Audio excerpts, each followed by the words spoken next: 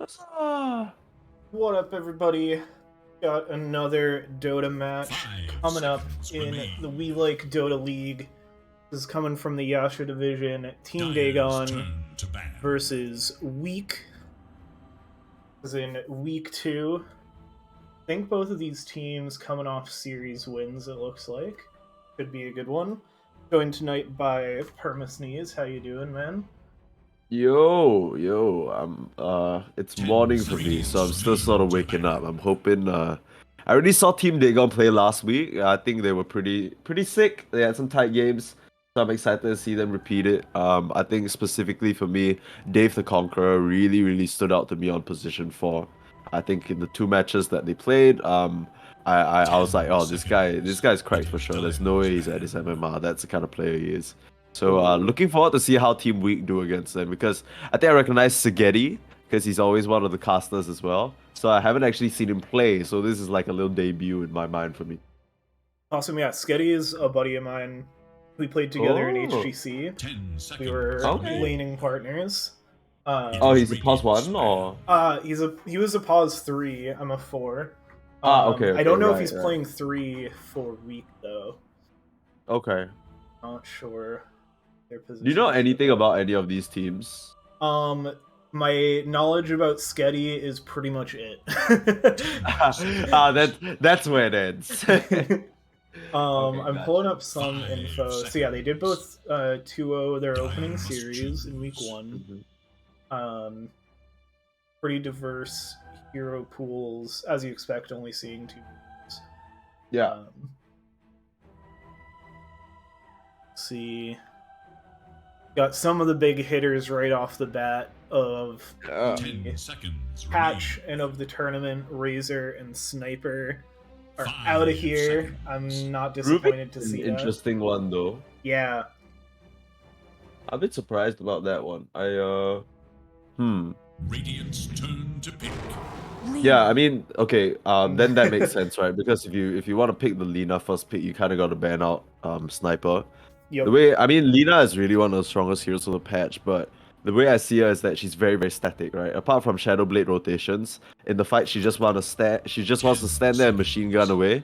And there's no bigger, better machine gun than Sniper himself. You can't out machine gun that guy. Yeah, for sure. That we played out that exact mid matchup both ways in my Yeah, week it 1 don't look game. cute. It's And not cute. yep. The sniper won it both times for either team. Radiant's turn to pick. Ooh, Okay, leading off with the Snapfire. So Snapfire. I mean, this is probably a pick that if you didn't watch the previous games, it's like, okay, this kind of seems like a general pick. But Dave the Conqueror, this guy fucks on this hero. Like, it's like the 10 setups in lane, the seconds setups in game. Is like he got early eggs, he started tossing his 5 teammates in and stuff. seconds It was remain. sick. So, this should be something if Team Week have done their Dire's research, they turn should be to scared pick. about. Following up with a Legion Commander immediately, so that's more than likely the off-lane duo already picked. But Yep. it's a bit surprising to me. Maybe it's because they assume that the Lina will be the safe lane matchup, so this is what they're okay with. What do you think? Yeah, that would make sense. Or maybe they just don't want to see 10 the Lina in the seconds. safe lane. They're like, get the fuck out of here Yeah. if you don't want to 5 deal with a Legion. seconds. Yeah, it's like if you're gonna be a Lina safe lane, you're gonna have to deal with some shit. Dire's turn So to back. you can have that, or you can put the Lina this way. Slada, that's 2 very early off-lane picks, but Slada, of course, adding a very scary dimension to the already heavy firepower of Lina, right? Every Yep. amp damage is just gonna make Lina go even harder. 10 It's gonna become seconds a bit like a meat shredder, if you ask me. Like they're just gonna 5 get melted the seconds. second someone gets amped. So it's already presenting quite a scary aspect of this game. Slada also scales really well. Radiant's turn The to only thing you're ban. sort of fearful about is getting gimped in the early to mid game stage, right? Because if you can't get your first few items and can't get rolling, Slada becomes a little bit like a stun and debuff bot. Mhm. So something to be careful about. Yeah, this bold to go with what is most 10 likely 2 cores. seconds. You've definitely got flex to support potential from the Lina 5 seconds remain. in the It is opening phase, Dire's but it turn. also looks scary for the Legion as the game goes on. Because Slardar isn't somebody you particularly want to get in a duel with. And Yeah. Even can if you help get out in a from the duel with outside. anyone else, right? Like he's just like he stuns you, he amps damage you, and then suddenly you look on the other team, they got more duel damage than you. You're like, 10 shit. Yeah. seconds remain. It is Radiant's battle. Okay. I think the bans are a little bit interesting to say the least. Anti-Mage and Skyref bans. Now I get the Skyref ban because they don't want the LC Skyref combo. But sure. Anti-Mage just like gets slaughtered by Slada and lane. Like so it's a bit 10 awkward. seconds. Because Yeah. there's no point in the game where Anti-Mage is like, yeah, I can 5 deal with the seconds Slada now. remain. Absolutely not. It is So that's an interesting one. It might be a hero specific. I mean, it might be a player specific one because Drumpo Under or Drum Pounder. Yeah, I like calling you Drumpo Under because it's just so funny. It's a joke that Juru made. But yeah, Drum Pounder. He played an anti mage the previous week, and that might just be them showing some respect. 10 Although I really don't think the seconds. anti mage was like in that particular game. Any hero Drum Pounder picked 5 would have won. seconds. I think. Yeah, it looks like I'm looking back at that game now, and Right? those It's like- two bans are both targeted at that game. Because even Yeah. without the Legion, it was a mid Skywrath that popped off. In Oh, that no game. miracles, right? How 20 could I and forget? 6 on No Miracles. And Right, Drum Pounder right, had a respectful 9-4-17 AM game. Definitely like did the job on the anti-mage. 505 last hits. It was a 52-minute game. It is That's an Radiant's AM battle. game. So true. Yeah, that is an AM game.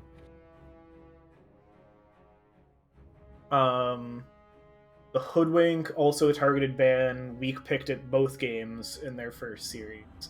Okay.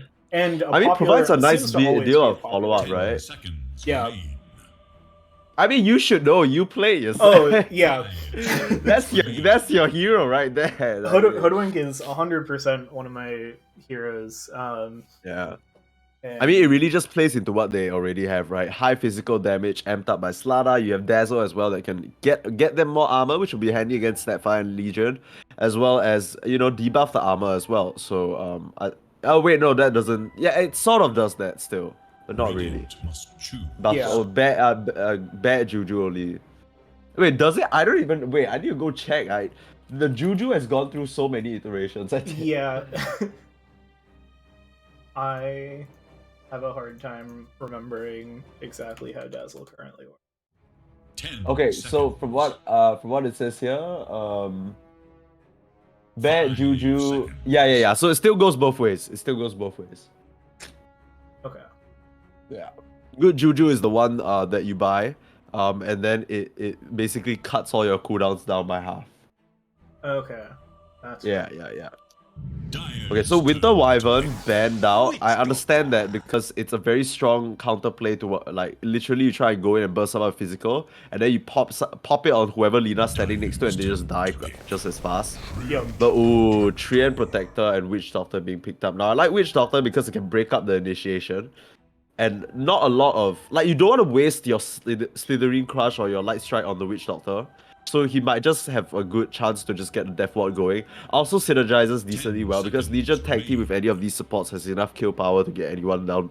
5 seconds. Now Treant Protector is interesting. It's a good counter to what they have right now, just because of the fact that none of these heroes really like being caught out in place. And right now, Lina and Slada, they're very good at chasing you, but they're not very good at like reaching you in the first place. So if Treant Protector blink overgrowths, that gives them more than enough lead time to really just catch up and get in your face.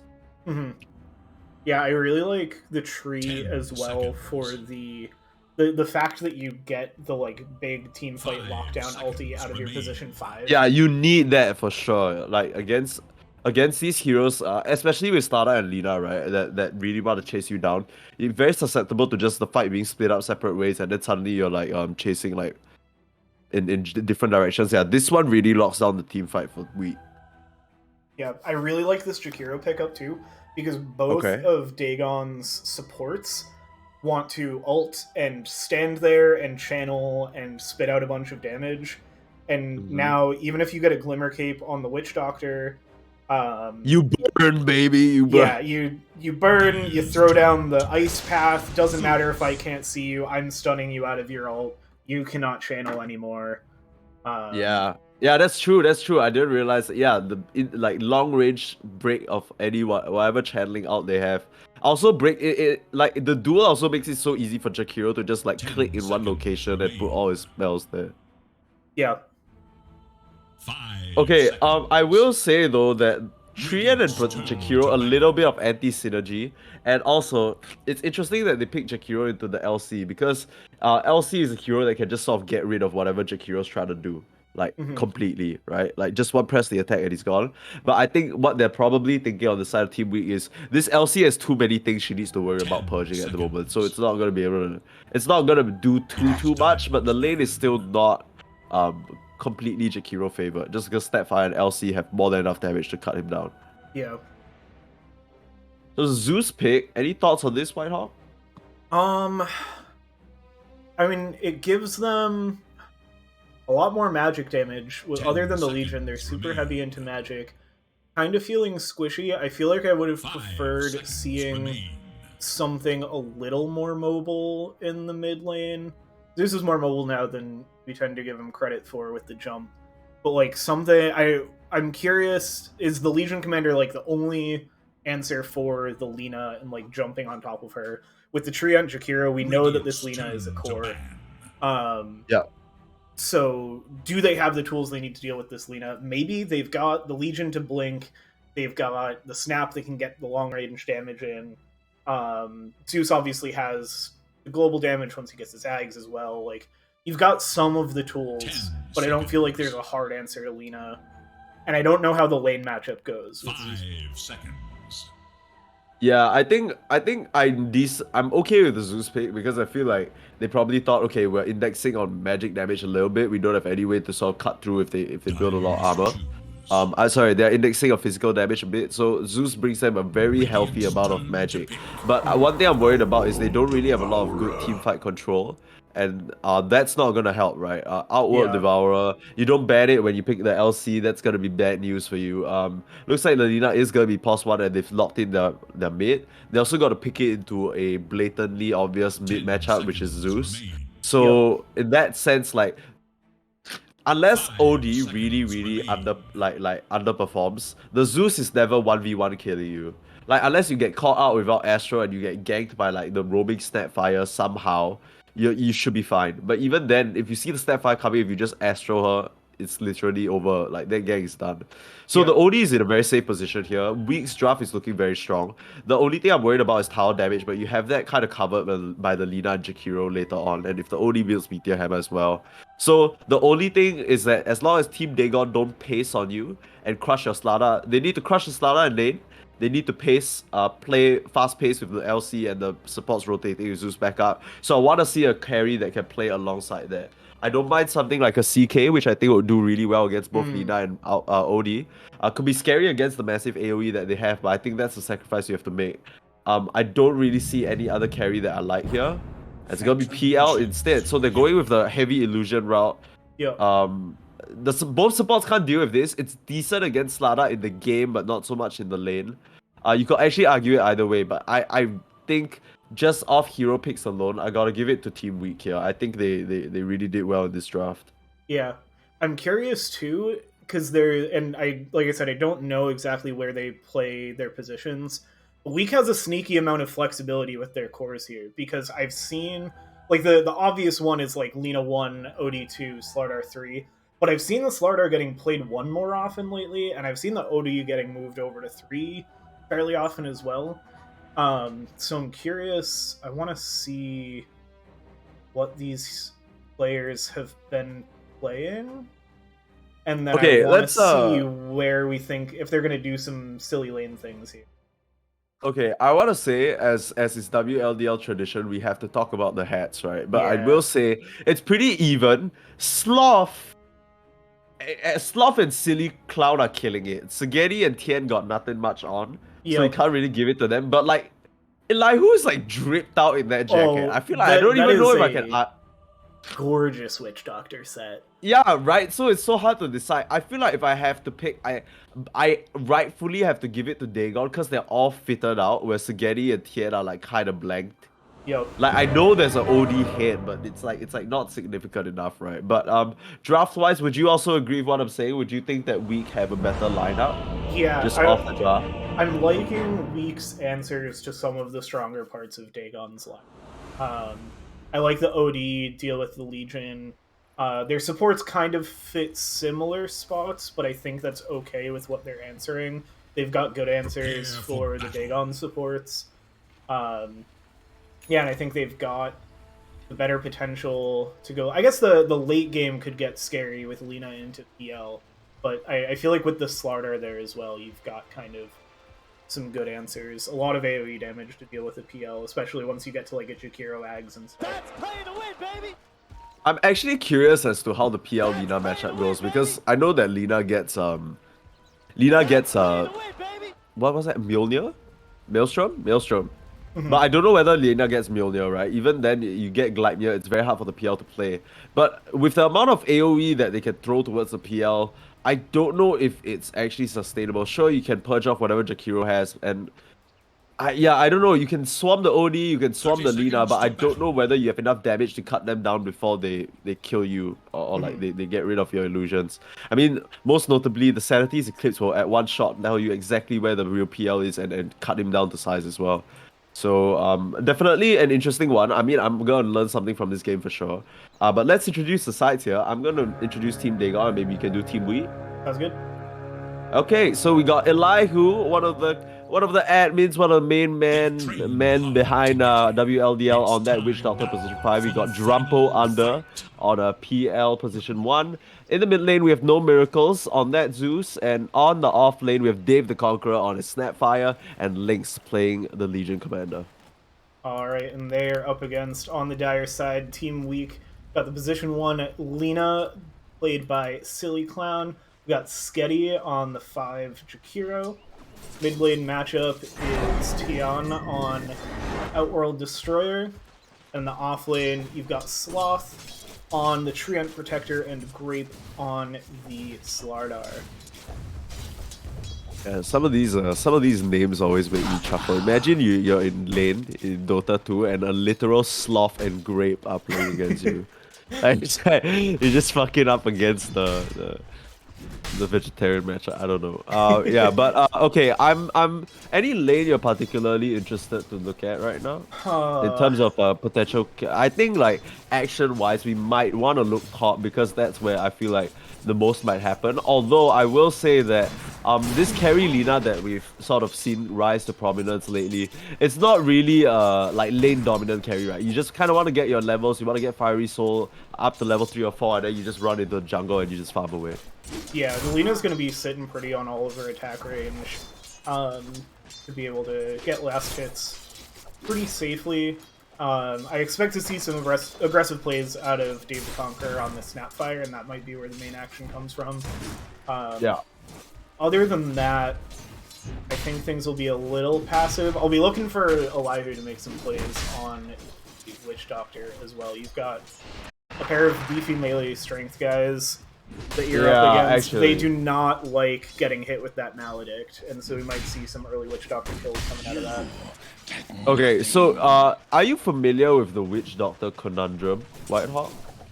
No, please enlighten me. Okay, so let me just let you know.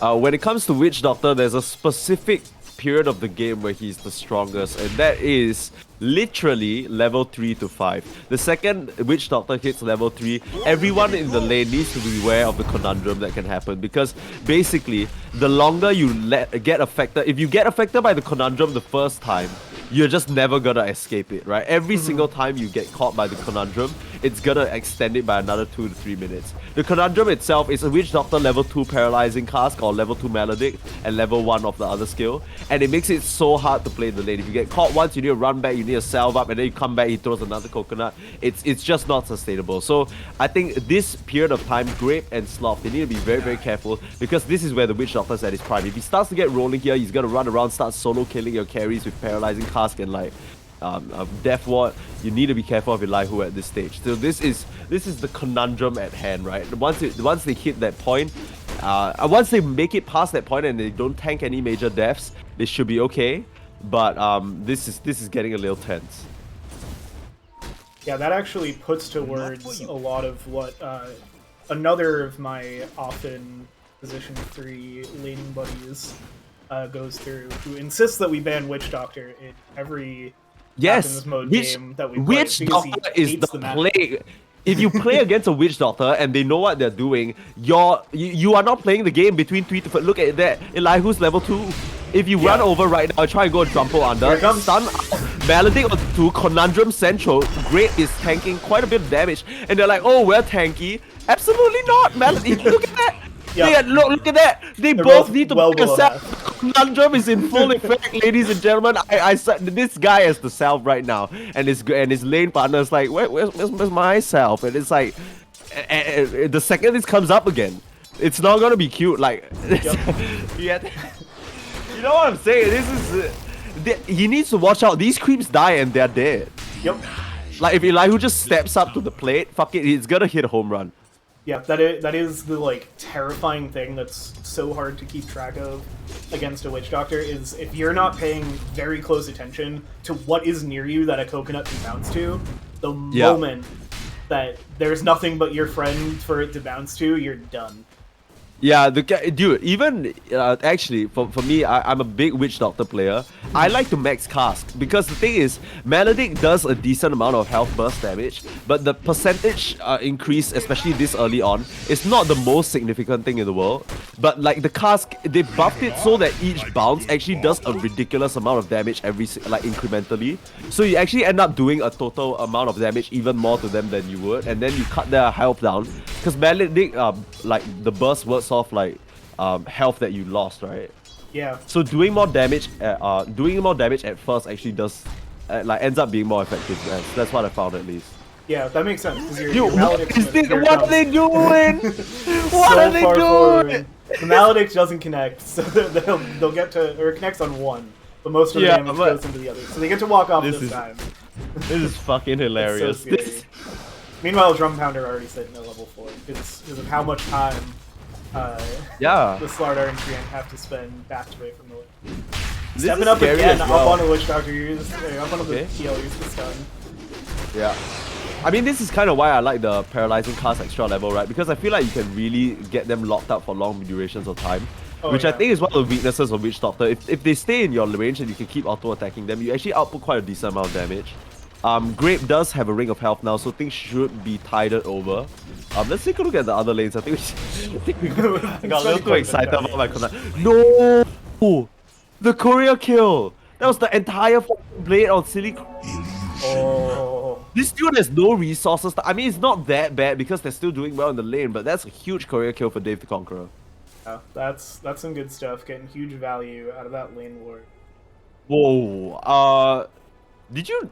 I'm sure you're noticing this, but Lynx is actually almost top of the net worth chart. Like, how is this... Like, this LC is popping off in this lane, just getting free resources. I mean, maybe it's because Dave, he's been doing such a good job at just drawing their attention away, because it's like, you know, you got two ranged. It's a Lina Jakiro versus a LC, but she's the one putting the punches out. This is pretty cool. Sketty could be in trouble here, too. Pushing Dave the Conqueror back, but now gonna get caught alone. So he'll let me come back in. Gets the dragon sleeve. Lynx still has to... Yeah, and that's gonna be first blood. Oh my god, wait, if they walk up, they could duel here. Yeah. He's gonna go for it. Here it is. And Dave the Conqueror in the vicinity. Scatterblast available. Gets the win last minute as well. The Zeus ult came like a little bit slow, but maybe it's because he didn't have mana for it. Like, yeah, I think he just got the arcanes, just popped it. So it wasn't just trying to KS, guys. It was real smile. Man, that's huge. That is like, it's just 2 kills in one lane. That is the dream for LC. Yeah, this is the type of thing where you're playing the safe lane and you're playing Jakiro, right? And you're like, okay, my job was to secure the lane, I have failed. This is where the LC starts rolling. I mean, it's exactly what I was saying, right? If the LC can start rolling, they run around the map, they close it out, and the Lina can't farm, the OD's forced to play defensive and not going forward, astring people for setup, that's where it can get scary. I mean, Great is still having a decent time, all things considered, but when you consider the fact that Drumpo Under is also having a pretty good CS, basically second highest in terms of CS at the moment, things are gonna get scary. Oh, another kill. Dave the Conqueror and Lynx. That's another dual kill. Oh wow. These They got guys. that like right off the cooldown. Yeah. Like you well and like free dual damage delivery back to lane. Thank you to Dire TP scroll. Yeah. I do think it's a bit of a mistake from Spaghetti to pull here though, because the lane is pushing in, and like that kind of forces your leader into a weird grey zone in terms of where she can play, because she either sits at the tower and gets low EXP, or she has to walk out and try and contest, and that's probably where Lynx and Dave caught her out. Yeah, I feel like that's one of those pulls where like for the last 2 or 3 minutes you've been wanting to get a pull and just circumstances. Right. And you're like, okay, finally get the pull, and you're like, wait, no, now I didn't want the pull because the lane's hitting tower anyway. Yeah, but then your creeps are already hitting that stupid kobold and you're like, oh shit. Yup. Okay, Tian not going for the Meteor Hammer Rush, doing actually really well. So it could be the one shining beacon of hope for the side of Team Weak right now. OD can be a good stopgap in terms of putting a bit of a hold on the tempo that the LC wants to generate, because wherever he goes, if you just mirror her on the map, you can just prevent these duels from going off. And I guess hold the line for the side of Team Weak for now. Yeah, we haven't had a lot of time to talk about the mid matchup, but look at these last hit denies. Jon sitting at the top 46-19, Zeus 34-2. So this 19 denies is deranged actually. That is nutty. It is crazy, yeah. Opting for Blink Dagger Rush, how do you feel about this one? I think it makes sense. I feel like it's in response to like the Legion's timing, and the fact that the Legion's looking really strong. I feel like they need the counter initiate, the blink save. Okay. And it's gonna give them. I think they're expecting their Slardar to be off to a slower start. Gets the Vanguard, has the blink queued up as well. But that's going to kind of fill that gap until the Slardar gets to the Blink Dagger, where you have that initiation so you can make more moves. That's a very interesting Slardar build actually. I never see the Slardar Vanguard. I understand it because he needs to sort of be the front line of his team, where it's a bit different. Oh, Thunder God's coming out. Was looking at the health. Oh, it must have been Tian who was suffering there a bit, but Living Armor comes through. And the Strength Switch as well keeps him alive. And no miracles, doing a really good job, just kind of holding his own in the lane. Even though there's a ridiculous amount of denies, you know, he's still doing pretty decent on the CS. Working his way towards the Kaya now. So Self and Living Armor gonna keep Tian prepped up. And I mean, this guy, look at him, he's a mechanic overlord. Swap everything out, Agi threads as well, just to get maximized healing. This guy's playing the efficiencies right now. Oh yeah, you love to see it. Okay. There's another dual top. The Mortimer's Kisses is here. What can you do? Who needs a Skywrath combo? We already had the Snapfire picked up. Sketty's gonna be in trouble here too, rushing under tower. Who needs the Skywrath combo when Lynx is just absolutely dominating here in this top side? Yeah. I mean, I really would have liked to see a rotation maybe from this OD. I think he's very strong right now. I mean, even bringing the Treant up, but a bit too late here. And I was just about to say, I was gonna be very disappointed in the Lina, because I was like, how do you even let the Legion Commander walk up to you like that and close that distance? And then I noticed, it's the 11-minute blink. Yep. It's the 11-minute blink on this Legion Commander. She's absolutely rolling, and they're all TPing back now. And I mean, Sloth has TP'd here, so he has nowhere to go, but I do think you need this additional hero in terms of safeguarding the Lina. At this point, Silly Clown has the Falcon Blade available, but still ways away from where she wants to be. Yeah, for sure. And it's so tough now. Chen, in the mid lane, squaring up. The TP's coming in. Elihu has the stun available, but no mana for the Death Ward, unfortunately. So it's just gonna awkwardly chase, but nicely done from this OD. Yep. That's what Weak needs to stay in this, is plays like that from Tian. Oh, yeah, I mean, the Astral off just in time for the duel. Yeah, that would have been disastrous if Tian went down there. And I mean, Lynx would have loved to get that kill. But no cigar. And just a bit unfortunate there from the Zeus, right? No miracles. He really was trying to be greedy for that DD rune and not respecting the OD and the potential to just get slapped by the hammer. This does give Grape some room, because now that some of the supports have rotated off, Drum Pounder, you know, he has to be a bit careful, because as much as Grape went for a bit of a defensive build, the Slardar still can square out on you very easily. I say that there's the Diffusal Blade coming out, just pressuring back the Slardar. Yep. Not much he can do about it at this point. Yeah, not much the Slardar is going to be able to do for a bit with all of this mana reduction coming out from the Diffusal. no Slithering Crush available for a bit.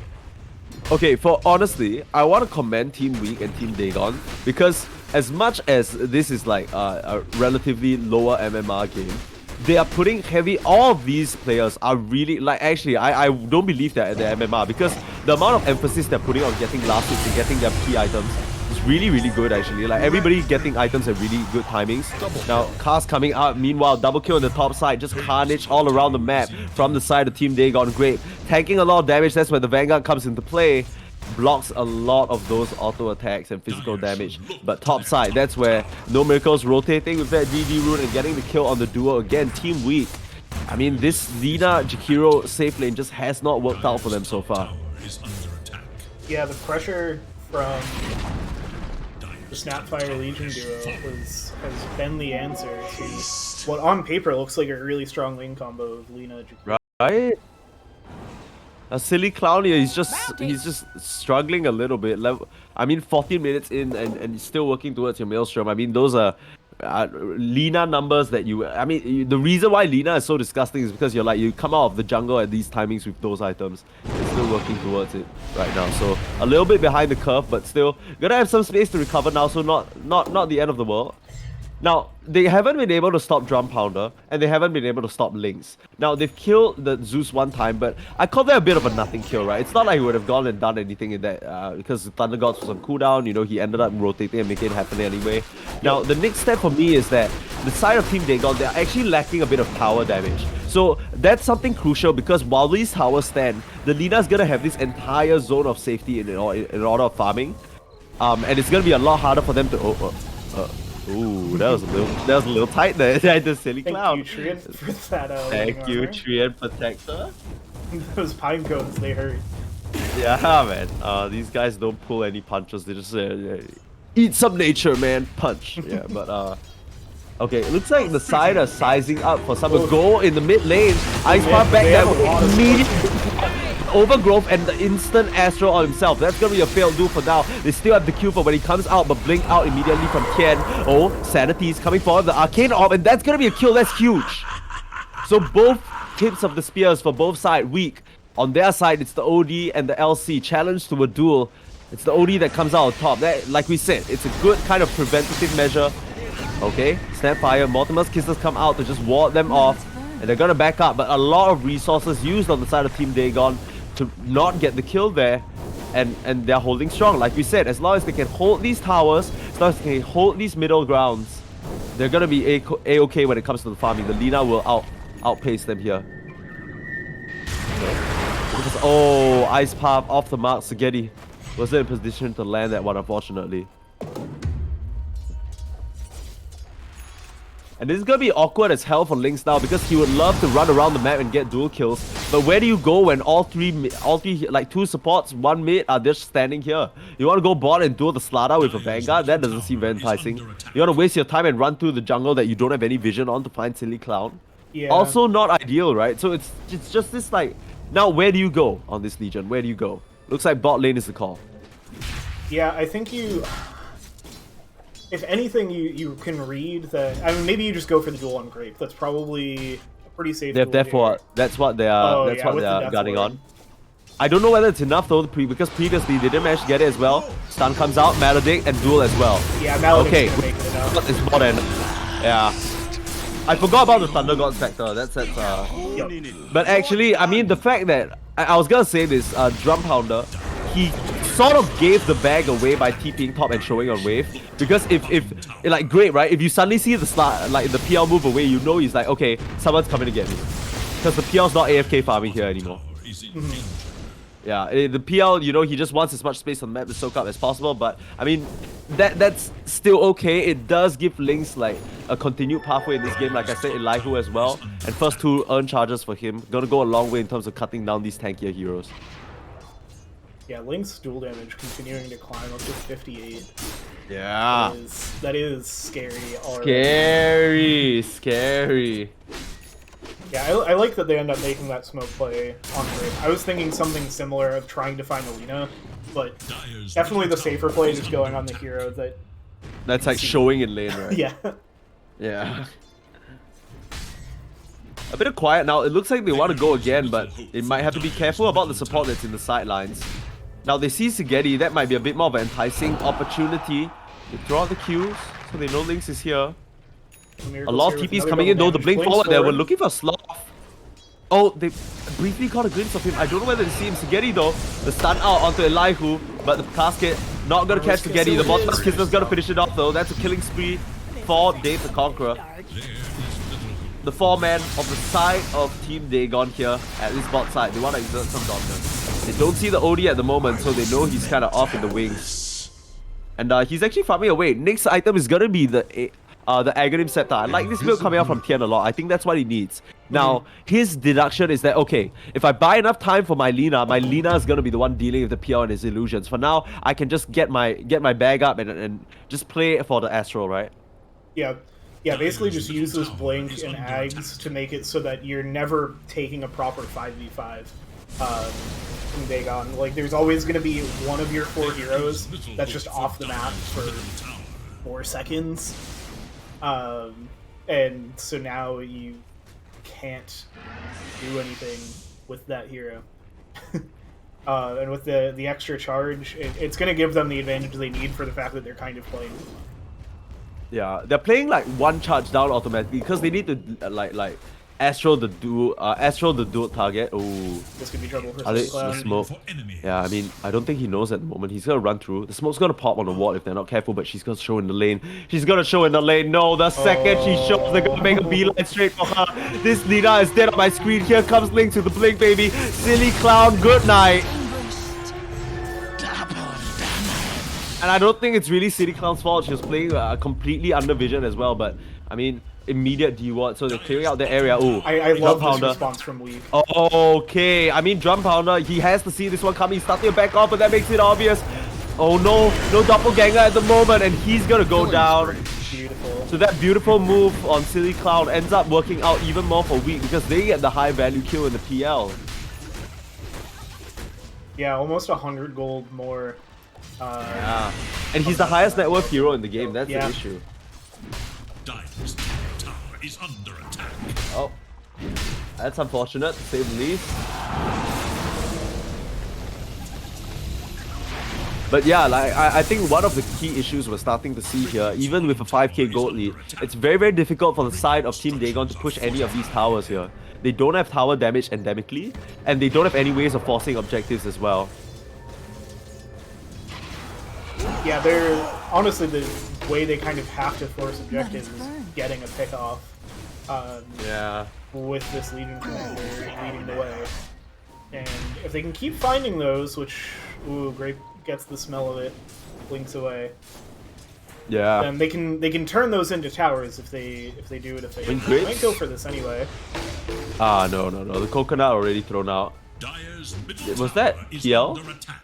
Oh, that's a bit awkward. The Ice Path, I don't know whether Sigeti's thinking they're gonna run into it, but he's been placing them sort of ahead of the Astral. But like, as soon as it's placed out, you have so much time in the Astral to look at it and go like, you know what, I'm just gonna walk around it. They do get a kill on Great in the end. He hangs around for a bit too long, and Lynx does get more dual damage. So 76 now, and they're gonna get this tower. So it looks like the focus for the side of Weak was in the mid lane instead.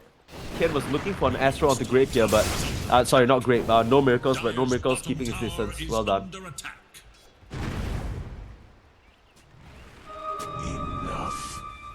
Looks like we've got the Ag Scepter on the way out for Tian. Yeah, I mean, Mjolnir completed as well for Silly Clown. So this is the power of the Lina, right? Even though you've been shut down so much, literally 0-5, still doing very well in terms of items and farm. Yeah, has really caught up past both the Slardar and the Zeus and the Snapfire, who has far too much gold for his support. Yeah, okay, another smoke out. Oh, they're gonna see Silly Clown like this. Perfect cookie into another duel and they catch her again. And you know what? It's a celebration party, right? They're like, hey, we heard you got your Mjolnir, so hooray! They play the horns and like, poof, poof, poof, and they come running in the parade. Yeah, that's brutal too. Like, if they actually knew that was the timing, like, that just takes away the chance to have that immediate timing for Weave. Dude, look at that. Look at the pings. This is where you get frustrated as as like Silly Clown, right? Because you're constantly hunted in the jungle. It feels like they have vision everywhere, but really it's just smart smoke maneuvers coming out from Team Dagon. They haven't actually placed any ward. So like now the supports, they're pressured to like, oh, okay, we want to come here and de-ward our jungle, but it ends up being counterproductive, and this is a trap that you can really fall into because you're gonna get called to de-ward the jungle, but that's not even where you want to play, right? Like, you want to spend your wards in the areas you're trying to move into, but then because of that, like, you want to de-ward here, you want to make sure the Lina is farm, but this is the right play, right? Silly Cloud, you should play behind where the team wants to, so that you know for a fact that wherever they go, they need to go past your team first. Mjolnir complete, looking to push out this tower. Drum Pounder, he needs to be careful how he shows. He's gonna go straight on this Shakiro. There's Grape, has the blink available. Stuns him up, Tien there as well. Immediate doppelganger away for now. Drum Pounder trying to scatter to the wind. The rest of the TP is coming out in formation here. Grape, another stun available, but the Coconut back the other way. Maledict, they have a light strike away, but no! The counter synergy banishes him, saves him from dismay, and the Sanity's Eclipse, he lost his, it seems. Tien in a load of trouble. This three-man on the side of Team Dagon, they've done magnificent work here. 2-for-1 trade, and Tien runs away with his life, but oh, that was a disastrous one. Drum Pounder, he gets out scot-free for how he started that fight. There's no way he should have lived. Yeah, that was one of those brutal little knife's edge moments where you're so close and you both feel like you have the play that's gonna secure everything, and it just all goes wrong. This is the classic, like, you ever play volleyball?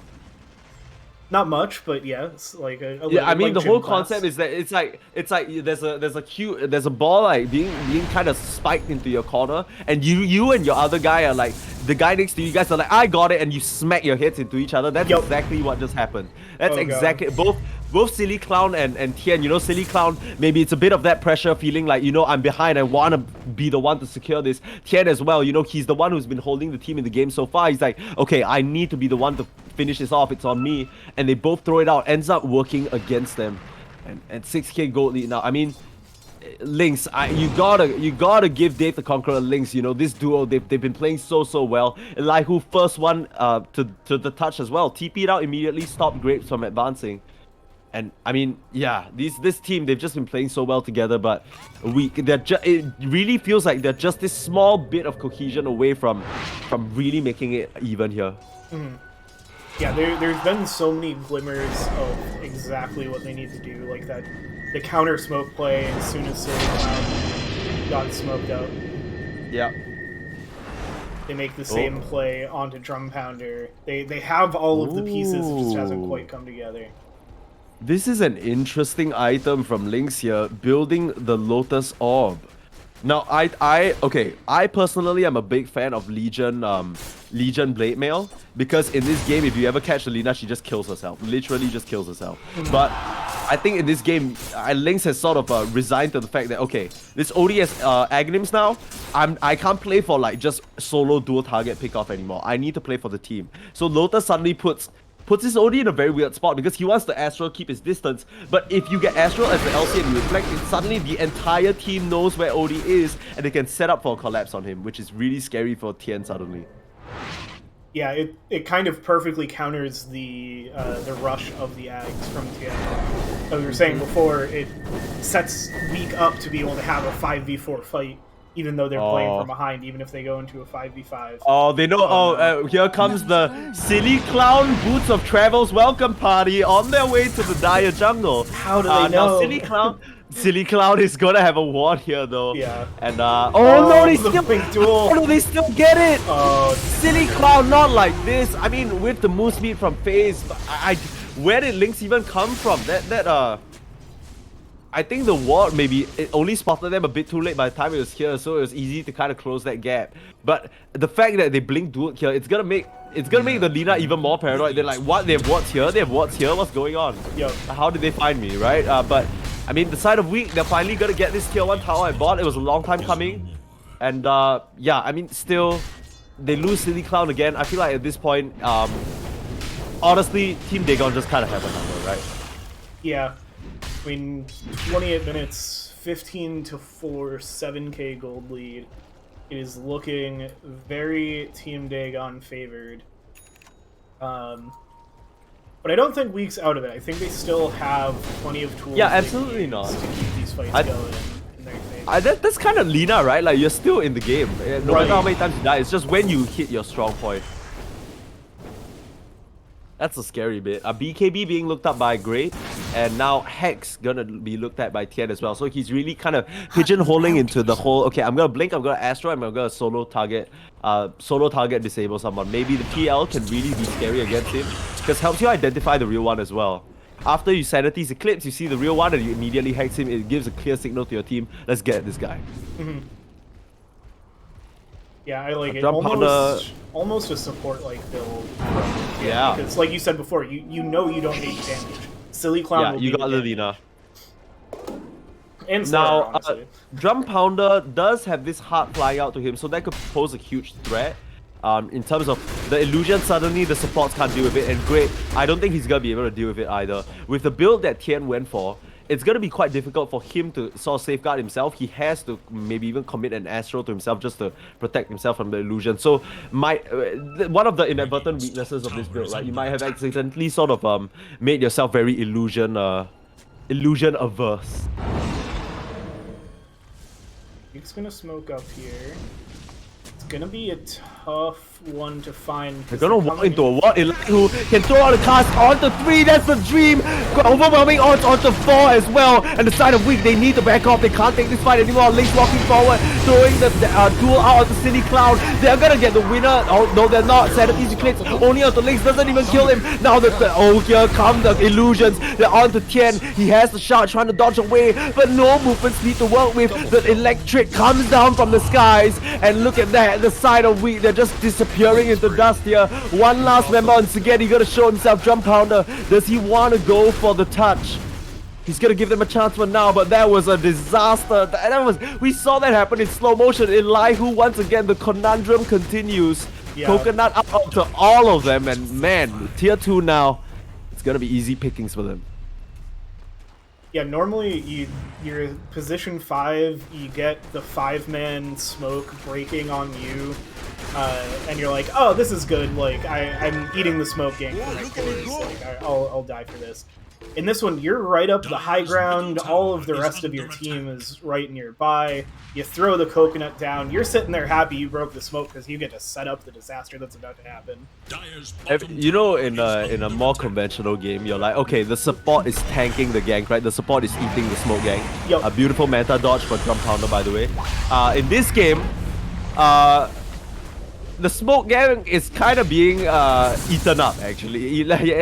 Like who is the one doing the eating? He's having breakfast, lunch, and dinner with that coconut. That was beautiful.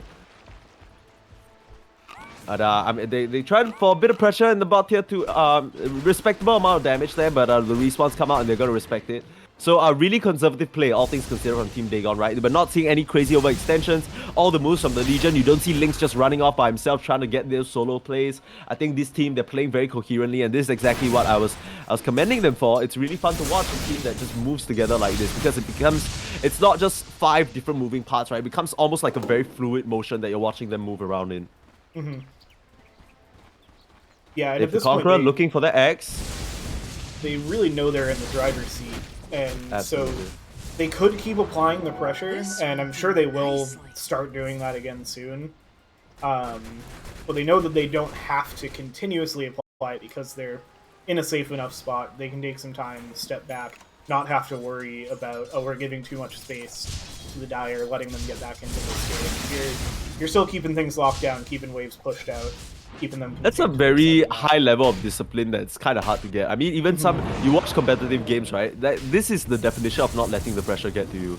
Yep. Like Team Dagon, you can tell they're playing very cool, very calm. They know exactly what they want to do and when they want to do it. They're taking their time, right? No one player is kind of striking out on their own to try and make a play happen, that kind of thing. It's always, okay, what's our next item timing? Aghanim Scepter completed for Dave. Okay, we're forming up on the top side. Elihu, he's kind of clearing the wards here for now. You know, he's setting up some vision because he knows they're not there yet. And now he's gonna go back join. It's so formulaic the way they're playing. It's really, really cool, actually.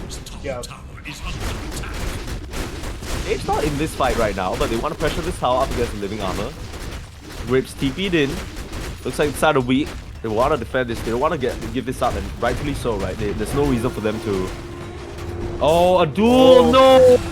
Catch Sloth. That's what they were looking for. They were looking for an outlier. They were looking for someone trying to form out with the rest of the squad. Now, BKB popped by Lynx. Self Astral. Run forward. Yeah, but he doesn't have duel, so like there's no... Okay, the blink out and they're just gonna focus on the tower. So the living armor provider is down. There we go, okay? Throwing out the Thunder Gods just to keep eyes on them, keep tabs on the defenders here, and that's gonna cancel out 2 blinks. So no more defense for them. BKB for great, but I don't think he's gonna feel very confident playing into this without the Lina in the area. That's gonna be a tier 2. Oh wow, the blink bot Link's challenging them. Yeah, you get Astro, me amigo, you wanna die? And they don't take the bait. That was a close one. And I've just been quietly watching Dave the Conqueror, who's recently finished an Aghanim Scepter on this Snapfire, and like wishing they were up here to be part of the fight just because I love Snapfire and want to see these Ags plays, but just putting in work, knowing that they don't need to be at that top tower. They don't add anything that Team Daedalus or Team Dagon really needs to that top push, and so they can just create even more pressure, get some tower damage bot, farm up some more items because they're almost out farming the enemy offlaner 34 minutes into the game. Yeah, I mean, this Dave the Conqueror guy, there's a reason why I gave him the MVP on this Snapfire. This guy knows exactly when to... The thing is, Snapfire is a hero that... Actually, when you mentioned, oh, they don't need him at the top side, that's like... Snapfire is one of these heroes where it's just not true, right? Because Snapfire has so much inbuilt utility, you can always find something for Snapfire to do to add more. But it's just really a high level of communication and discipline, right? You realize your team says, okay, we don't need you there, you're free to do whatever you want, and he's just putting on the pressure like you said. Now towards Roche, they're gonna pick this up free and easy. There's no real way that we can hope to contest this. No smoke on one of the supports, but I don't think they want to run into no vision. So that's gonna be easy Aegis for Drum Pounder and probably a high ground push incoming. Oh, the ward out here. I'm gonna spot it so they know we are in the area. Some D-what's going on? They toss Lynx in. There's the Axe play with the Legion. Oh no! He saved one Astral. He didn't manage to get it. He casted it on starter for now, so saving them from getting the dual damage. But great, gonna be able to run away. Drum Pounder not being able to chase in time. Sigetti's gonna be the one tanking the death for that. But oh, they actually managed to get the Laguna onto this Zeus, and that's gonna be the Zeus down. So getting a bit caught out here. And a bit of an overextension from Lynx as well, so a bit of a messy fight. I think they're trying to regroup here. There was a bit of confusion because they were so sure they got the touch onto that Slada. He manages to slither away. The Zeus tries to go forward and finish that off, runs straight into Silicon and sends lightning straight into his skull. Yeah, they got a now this could be a little bit dicey. Yeah, this could be scary now. Great, going forward. Straight onto the Witch Doctor. The Witch Doctor can't survive against this, has the Voodoo Switcheroo, but it might not be enough damage. Still trying to do damage back onto this Slada, and that's gonna be great, more than likely dead, I say that, but the Astral save, once again, coming in clutch.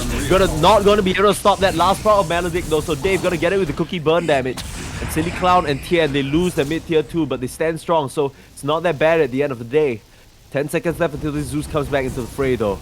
But yeah, like you said, the first sort of bit of engagement that doesn't seem entirely as clean from Team Dagon as we've come to expect. Yeah, they got a little split out dealing with the Lina versus the rest of the team, and not the way that they needed to split. They ended up with Zeus facing down the Lina, and the Lina was able to just tee off. Waiho almost went down as well on Witch Doctor. Over near the Lina, was able to get away with the Glimmer Cave. Drum Powder just dodging out. I like this move now. I like this adaptation. I don't know whether it's on purpose, but it's keeping a few illusions on him at all times. He doesn't want to be easily identifiable because he knows the range OD has with this Astro is ridiculous. Can just single him out, and from there it's very easy to tell which one is real. We're gonna play a bit more conservatively now. They still have the Aegis available, but it seems like they're waiting for a little bit of something. Refresher being looked up at by No Miracles is still ways away. So they're just playing this slow, right? They're happy to kind of take their time with it. Yeah, I'm trying to see if there's anything specific it looks like. Right, that's what I'm thinking as well. But most of these players don't have anything in their quick buys. Yeah. I mean, if anything, maybe it's just the Guardian Greaves on the side of the Snapfire. Yeah, that honestly gives you a ton of value. Of sustain, right? Yeah, the sustain to continue your high ground pushes, that can put in a lot of work for them. There should be that little extra edge they need to feel confident, run up the high ground.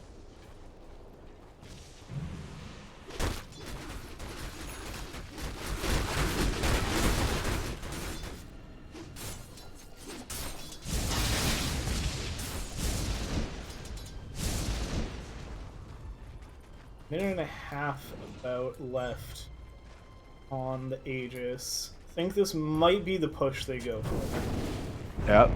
They want to make full use of this Aegis right now, but I mean, this is not an easy lineup to push into.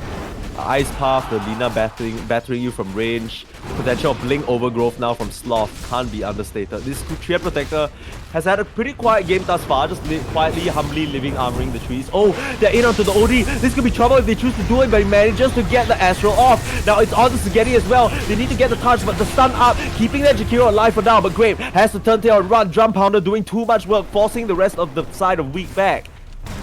He's gonna be okay, back to hitting the tower. They're on to Grape as well. They are not scared of this Slaughter at all. Light Strike array back the other way. They got Drum Pounder under the tier force, but he has the heart, he has the Aegis and the healing.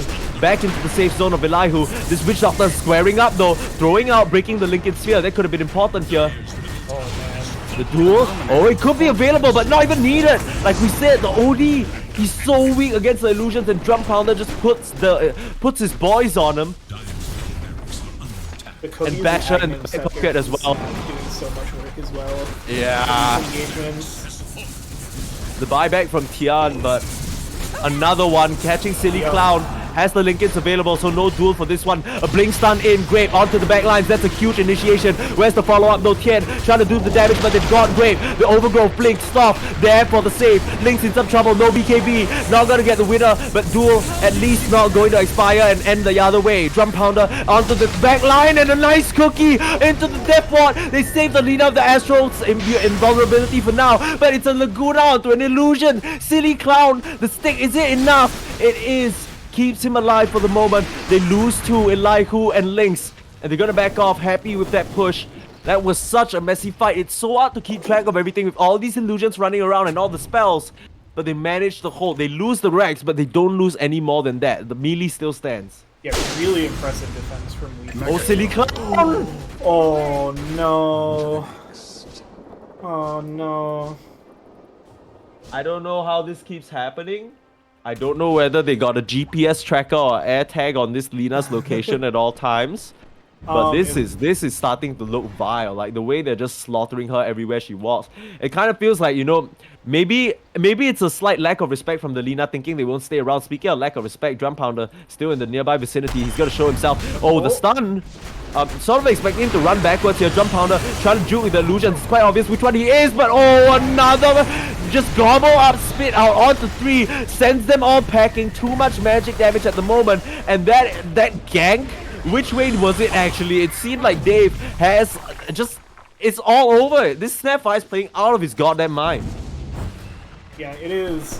Like, it changes so much about how Weak has to think about how they position. It was happening so much on the high ground fight, where you think that you have this safe distance that you can step up, because you kind of understood that to be the effective distance, the effective range that your enemy has this whole game, and then somehow an enemy hero just flies halfway across the map at you and has stunned you, is burning you, and is now dueling you, and you're dead. And you're like, but how, that hero couldn't do that before. Like, yeah. I thought this was a safe place to be. Yeah, suddenly they're in a position where kisses, you got mortar on your head, you got lightning from the skies, you got like this dude and his 400 goons smacking the shit out of you. Like, it's just not a good. It's not a fun vibe, that's for sure. Yeah.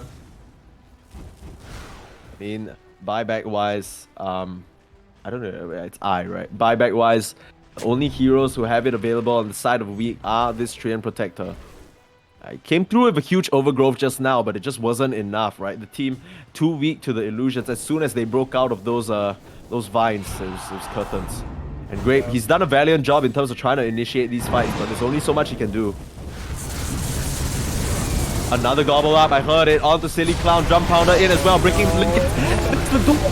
Astro when you need it. The overgrowth gonna come too late, and there's too many things for this OD to do. He can't Astro in time. His heroes are falling, his team is dying, and the illusions are soloing him all at once. Spaghetti gonna pop his Ghost Scepter, but that's just gonna be more spell damage, and when he comes out, he's gonna be dead. The Astro onto an illusion, and this is looking like curtains for the side of Weak. They had a good thing going, we were liking their draft, but the side of Team Dagon, they just grabbed the lead and they never looked back. Yeah. Too strong out of the lanes, it seems. really incredible performance here. They just got the momentum to start off the Lynx and Dave the Conqueror, and never looked in the rear view. Yeah. Jeez. I mean, Dave the Conqueror and Lynx, this combo is an absolutely terrifying offlane. Yeah. I'm not in their division, and I'm glad, because I don't want to play against that duo. Yeah, I don't know what the heck. How are they in the... What is good? How are they even in this division? They're playing so clean and so well. This looks like structured team play kind of vibes, dude. Yeah. It's scary. That is scary for sure. Jeez. Yeah, I mean, hard to say much more about that match. I do have to give props to Team Week, because, like, obviously it's easy to sing Team Dagon's praises. They stomped that match at the end of the day. But there were so many great moments for Week, so many great little showings, where you could tell they have those pieces, they have Yeah, they didn't. The thing is, they didn't even play bad. They didn't even play bad. It's just like, what do you do when every single item you buy suddenly they're like, "Hey, we're here to celebrate with more dual damage for our LC." It's not even fun. Like it was a joke, and then it didn't. It wasn't a joke anymore when they did it for the 10th time. Like, Yeah. I don't know. I just feel so bad for this Lina, because I don't think she played bad. She was really still keeping up in farm and all that, and they set themselves up. But I really do think. I don't even think she was countered, right? It was more like, this was the Team Dagon plan to deal with her. We were gonna run in the gang squad, we were gonna get pick off after pick off after pick off, and we're gonna stamp her down that way, and it worked. So this might be something for Week to consider. Do they still want to first pick this Lina? Do they still want to pick this Lina? If they do they need supports that might be a bit more proactive? Because Jakiro and Tree, they were forced to play so defensive this game because of how the game lanes went. Yeah, and this is something I think the whole league can look at, because Lina's the most played hero in the tournament so far. 11 matches, 63% win rate, and I've seen a lot of first pick Linas. And I've been talking to some other people in the league, and the question's been, what's the answer to this Lina? Do you just have to ban it? Does that mean you're going to let other heroes through that first phase that you were pretty sure was an even bigger threat? And maybe this is it. Maybe it's you have to pick a dominating lane, heroes that you know you can play really well, and crush the Lina's early game, and then never take the foot off the gas. Constantly play in the enemy's jungle, find her, have a hero like a Legion Commander that can secure the kill every time, with the help from these ridiculously high damage supports, and the Zeus in the mid doesn't hurt either. Like, it's... You know what's the fucked up thing though? Where the thing is, we're talking about it like, oh, all you have to do is just play active, play together, play perfectly, and just crush her. Yeah, like, just Lina's play so perfect, hard to beat, but they just played perfect, lol. Okay, I'm back in the lobby. I'm gonna take a short break, grab myself some water, and head to the washroom. But yeah, we'll be right back. Sounds good. Okay. Oh.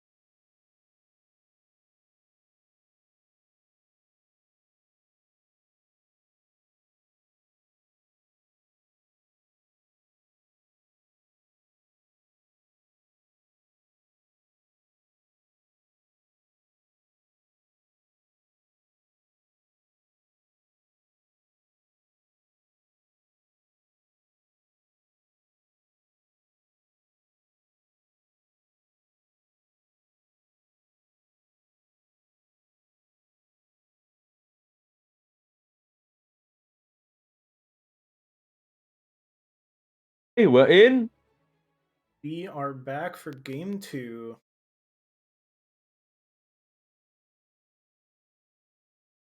That's if all the players connect. We might have counted out. Okay. Yeah. And then, let's put in a bit of hysteria in. When they game number 2, I believe this is week 2 of the Yasha division of Yep. WLDL 2022. My name is Purple. I'm joined by White Hawk himself, the great, from Looming Fruit. And Hello. yeah, we already had a game number 1. It was definitely a bit of back and forth, but Team Dagon felt like they were in the driver's seat for most of it. There were moments of brilliance from Week, but they just weren't able to make it happen as the dust settled. So expecting a bit more from them, and maybe some changes towards the draft as well in this game number 2. Yeah, I'm very curious to see how they respond. It looks like it's going to be the same draft inside setup. Radiant's turn to ban. So is Week going to go right back to that Lina? Feel like that's still the strongest thing they can do. I have a feeling they are not. But they also don't take it out of the pool themselves, so that does leave Dagon up to pick it. Dire's turn to pick. I mean, the thing is, they have 8 pick, right? So they can just pick it and then ban the Lina counters after that if Team Dagon don't touch it. Now, I know Drum Pounder, based on what I've seen so far, he's a lot more of a melee carry player. Like, he plays Jug, he plays PL, he plays that kind of thing, right? So wouldn't be too surprised if Lina's not quite up his alley. Yeah, and they just grab the Sapphire straight away because that's been such a pivotal hero for them. Yeah. It's I mean, you would not take Dave the Conqueror off Snapfire if you could. You would have him playing every game with the way he plays. Yeah, for sure. I like the Hoodwink coming opening out. from Week. 10 seconds. Similar. These are like my two main 4 heroes, right? Two now. go-tos. Yeah. All right, don't go exposing your strats on the stream. I'm not saying anything that isn't already known in this community. Okay. These are the 2 heroes that I played in our opening series, and these are the 2 heroes I've picked the most in. I've played. These are the 2 heroes you fucking dominated with, man.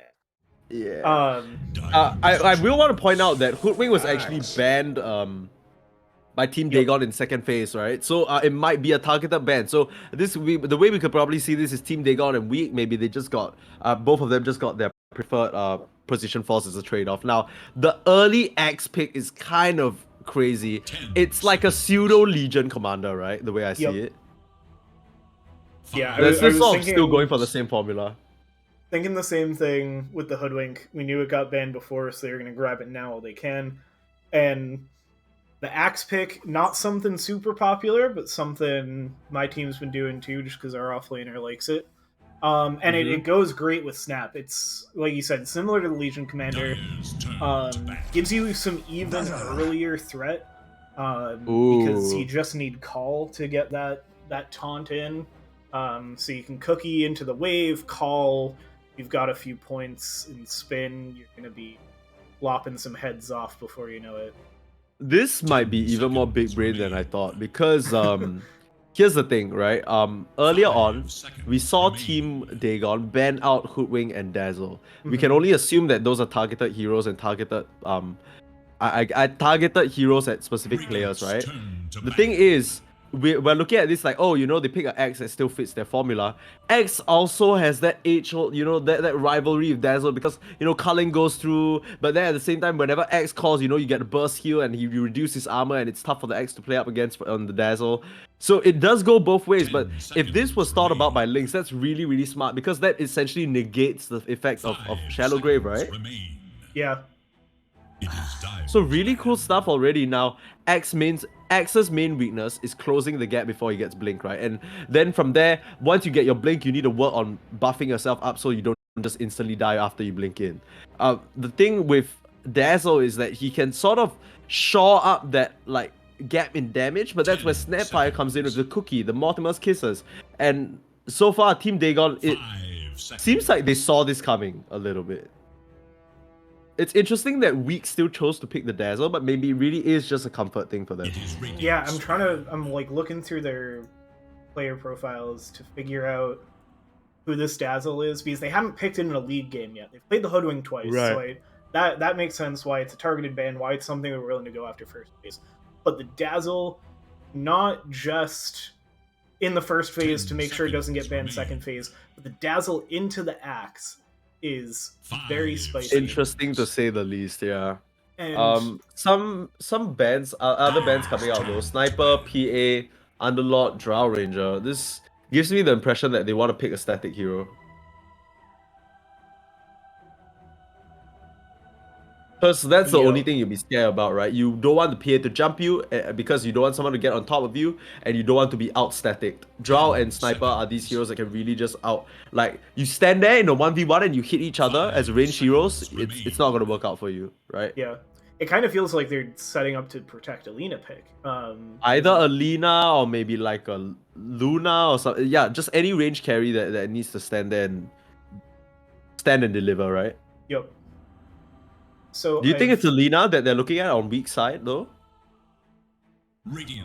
we know they liked it, and we said even from behind, it was a really tough game for the Lina, but there was still, if it hadn't been so snowbally, I think we easily could have seen Silly Clown bounce back in that game. Agree. I don't know. I just feel like Dagon already kind of has the tools they need. Yeah, I mean, like it feels like right? the same offlane. Like you said, like the Axe does very similar things to the Legion. So, are you just gonna throw this Lina at a very similar offlane? Maybe now you throw the Lina mid. Maybe you try to bait them into countering this Lina in one way, and then you play it somewhere else and play it differently, and then that's how it works. Actually, my read on this is I would like to see Weak go for Death Ball, because one of the weaknesses of just starting out your offlane duo like that is you're sort of revealing your niche, right? You're gonna go for pickoffs, you're gonna try and go for little skirmishes around the map. If you just get heroes that can out team fight them and then you Death Ball, they can't really do much. Now that's a bit harder now with the Hoodwink and the Dazzle, but you kind of want to like stay away because you know in the skirmishes it's going to be a lot more chaotic for you, right? Your backline right now, it's two very squishy backline supports. If they get a single hero on Team Dagon that can just jump there, I think just now it gets nullified as well, right? Because when Snapfire gets gobbled up, he tosses the X and that breaks the backline. So it's I would like to see a firm direction from Weak in terms of where they want to take this game. Do they want to win out in the team fights? Do they want to try Death Ball? Because at this point, like if you pick a single core lineup, like one of those, like okay, we get like hyper carry Lina and we put buff on her with Dazzle, it's not gonna work against X-Nap. Yeah, I want to see like a Tide Hunter from Weak. I want to see big team fight, big beefy offlane, somebody that you can reliably throw the Shadow Wave at, somebody that's going to interrupt all of the channeled abilities of these Dagon supports again, as they grab the Shadow Shaman instead of the Witch Doctor. You need big stuns. I think you want big team fight. You've already got some supports that play well into it, and you need to be able to disrupt all of this pressure that we saw Dagon bring. I'm quite interested in this Shadow Shaman pick because I don't fully believe in it as a 5. It can really contest well, but I'm not seeing what they are seeing in terms of what it does in this game. I guess the one thing is that it does bring a lot of tower pressure with the wards. Serpent ward, sorry. But apart from that, it's not exactly a bad pick, but it's not exactly like, man, this is such a good Shadow Shaman pick either. It does give them additional control, of course, that's really useful. But then they're gonna snap up the Doom on the side of the Weak, and that can be a real terror on its own. If you don't bully it enough in the off lane, he can just kind of become a money generating machine and just get himself really, really farmed really quick. Yeah, that has been the MO of Doom on this patch. He feels super good to play. Is it worth it having the greedy offlaner? I think you have to put the right other cores around. You need something like a Slurk, or something else from your mid lane that's going to put enough pressure on the early game to fill that gap of your offlaner sitting back. Silencer. Maybe like a silencer? See, we weren't considering the fact that this might be a Dazzle core, because if it's a Dazzle core, suddenly X gets fucked over real bad. You get the shard early, you get Greaves, and this X is not cutting shit. He's not doing any damage. You are out healing everything you could possibly do. Now, it could be a Silencer core as well, which I really like, because it's a de facto way to end these two supports and whatever they want to channel, right? It's what we were saying as well. Team Dagon and supports, they have a relationship with channeling things. And yeah, Silencer is gonna put an end to all that. It's also a bit awkward to kind of go on him, but oh, Wraith King, one of the de facto counters to Doom, right? You have this big single target ultimate. You want to take someone out of the fight? Nah. Yeah. Like, okay, you took me out once. Now do it again, but this time without. Yeah. No, the Ags does help with that. 10 seconds. The scary thing is that Silencer, if he does start to get an edge over the Wraith King, could get Wraith King real stupid and unintelligent, and he can't cast his reincarnate. He forgot how to respond. But I don't know. Silencer mid is very scary, especially against all these summons, right? Like Shadow Shaman, Serpent Wards. I think if you manage to put them in a good spot in the fight, it really prevents the Silencer from being able to encroach that area. So a similar situation with the Wraith King. As long as you Wraith Fire Blast the Silencer once, your Skellies are gonna be all over him, and he can't deal with that. Yep. So it's an interesting pick. I don't know whether it's what they needed, but it's interesting. And it does apply a lot of pressure because Arcane Curse go burr now. Like, that spell is stupid. Yep. And this is, they played a Silencer mid in their first series, so that is where I'm expecting Week to put it. The Dazzle I couldn't find on, like, high up on any of their profiles, support or core. Okay. I think last game it was banned to protect the Legion. And then this game, they wanted the save, despite the axe kind of going through the save. Yeah, that's why it doesn't make sense, 10 right? seconds. It's a little bit strange. And also, when you pick someone like a Dazzle, you're sort of telegraphing a pick on your team as well, because there are certain subset of heroes that work with Dazzle and some that don't. I don't know how to explain what, so I'm going to try and think of the terminology I'm trying to use.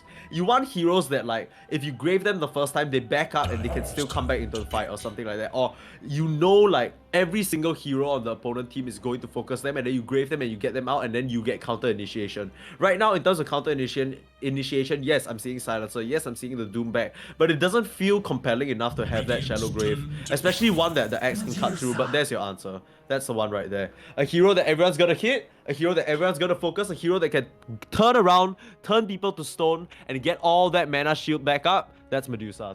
This draft makes a lot more sense now. Yeah, that is a nice pickup for Week. The Wraith King Medusa matchup is so shit for Wraith King, by the way. Yeah, I'm having spicy thoughts because I'm seeing I'm seeing that Anti-Mage is not banned, and so oh my God. I don't think it works, but I'm wondering if Dagon can last pick an Anti-Mage, move the Wraith King.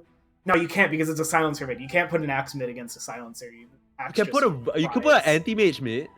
You could, yeah. Anti-Mage mid is getting played right now. Can you play it as a Silencer? Is it getting played right now? I think some people are playing AM mid. At least, I think, like, maybe a pro played it on stream once, because it shows up in pubs and I hate it. Okay, I think AM mid is feasible versus Silencer, because you're not under any threat, but it is going to be a Magnus. This goes kind of hard. That is some beef. Yeah, I like that is some beef. You're right. But I like this. I like this pick. I think it gives them the team fight catch all. Now there still is gonna be the problem of, okay, you blink in, the global silence comes off. Excuse me, but you have the BKB for that. Ooh, some sneezes coming through. Yeah, but I can't tell which draft I like more. But let's look at the cosmetics first. I feel like this time Weak came to play. You know, they got the beautiful, beautiful Hoodwing Immortal. The Dazzle's looking real spicy. You got the new set from Grape and Tien as well. And Silly Clown, he's got that mishmash of Immortal and the Ultra Rare. I think you got to give it to him. Now, you got to admit that Elihu, Lynx, and Drum Pounder, they're looking real nice too. But it's hard to kind of compare. Yeah, I got to give it to Weak. They got that fresh drip coming out. That's but true, definitely that's good true. But, both. okay, game-wise though, which draft do you favor? Weak feels really greedy to Doom Medusa. And I don't know. I think you can get away with that, but I don't think you can get away with it with the heroes they've picked. Unless this Hoodwink plays out their mind and just solo position 4 is making all of the space that the team needs, which I think is possible. I think if any position 4 is going to do it, it's the Hoodwink. Yeah, but then again, you're talking about position 4s. You can't take Dave the Conqueror out of that conversation. This guy, Right. you know, we were talking about how, yeah, oh my god, dude, the guy who dominated you in the previous game, all chatting that makes my ass tremble. I can't lie. Yeah, you see that message, you're like, on base value, I agree with the sentiment. Let's have some fun, but I'm very scared of what your definition of fun is. Yeah, they're like, I don't think we're on the same page, amigo, because are you implying that last game wasn't fun and you're gonna take it easy? In that case, good for me, or like, what's going on, man? Like, Yeah. so scary. Oh man. Because I know, as a position 4 Snapfire kind of player myself, my definition of fun in a lot of Dota games is doing to a position 1 what Dave the Conqueror did to Silly Clown in game 1. Okay, they're trying to close the distance here. The shackles go off. Do they have enough from there, though? They chain their stunts nicely and the spells come out. And Spaghetti, no miracles grabbing that is really, really big for the Magnus here. Now, it looks like it is going to be Silencer mid. So exactly what we were suggesting. Sloth on that position for Hoodwink. Of course, in the off lane, we have Great playing that Doom. Medusa, Silly Clown, still on a long-range farming carry, so nothing too special there. And Spaghetti now on this Dazzle. As on the flip side, Lynx on the Axe off lane, supported by none other than Dave the Conqueror on that Snapfire. Mid is going to be no miracles, getting himself first blood, going to be very happy with that. On that Magnus and Elihu, Shadow Shaman last but not least, we have Drumpo under on the Wraith King. Drumpo under the legend. Yeah, Drumpo. Yeah, the legend. The famed position 1 player, Drumpo under. Just fear his name. Ooh, huh. Is this normal? What are you looking at? Infernal Blade level 1. Oh. I don't think that is. Yeah. Huh. I mean, I get it if he wants to put some harass out onto the Wraith King, but it's a little bit strange. Yeah, I guess he's trying to just slowly poke the Wraith King down, but I don't know whether that's the move, right? You're sort of gimping your own game by going this build. Yeah. I'm curious to see how it plays out, because normally you want just that early Devour, that early Scorched Earth. Because Scorched Earth is also a really heavy lane pressure. It's so good at farming as well. Like Yeah. Scorched Earth helps you clear camps and waves so easily. Now, one thing I want to point out about the Magnus is the fact that, okay, it's a last pick into this Silencer. It doesn't necessarily answer in the game because you RP and you could still be in some trouble. But Magnus is a hero that by default will outlast hit a Silencer just because of Empower. Like, the Silencer can't match up to that. So you're already seeing that reflected. The Silencer only has 2 last hits. Yeah, that's a huge first couple waves for no miracles. Coming out 9 forward with 2-0. Oh, I thought he was gonna go for the skewer. That was scary. But that's kind of the position you're in as a Silencer, right? You have to be so careful about where you stand. And meanwhile, he's not even worried about you. He's like, oh, Silencer. Okay, yeah, I'll just last hit. No worries. Yep. Yeah, I'm curious to see if Tian can get the levels to put the hurt into no miracles. You've got the range advantage. I always get nervous about a melee hero into a ranged hero in mid, but there are definitely matchups where you're just so beefy because you're a strength hero that you don't care that they're hitting you constantly. Too bad for you. Yeah, I mean, No Miracles has done really well for himself so far. I think the only mistake is that he took a while to ship out that bottle.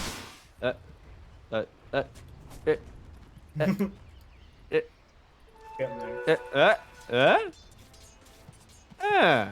Grabbed the water rune before the bottle got. Alright, I mean, whatever you want to do, buddy. Procs the Arcane Curse. I don't know, this guy's playing with... he's just vibing. He does not give a shit. Yeah.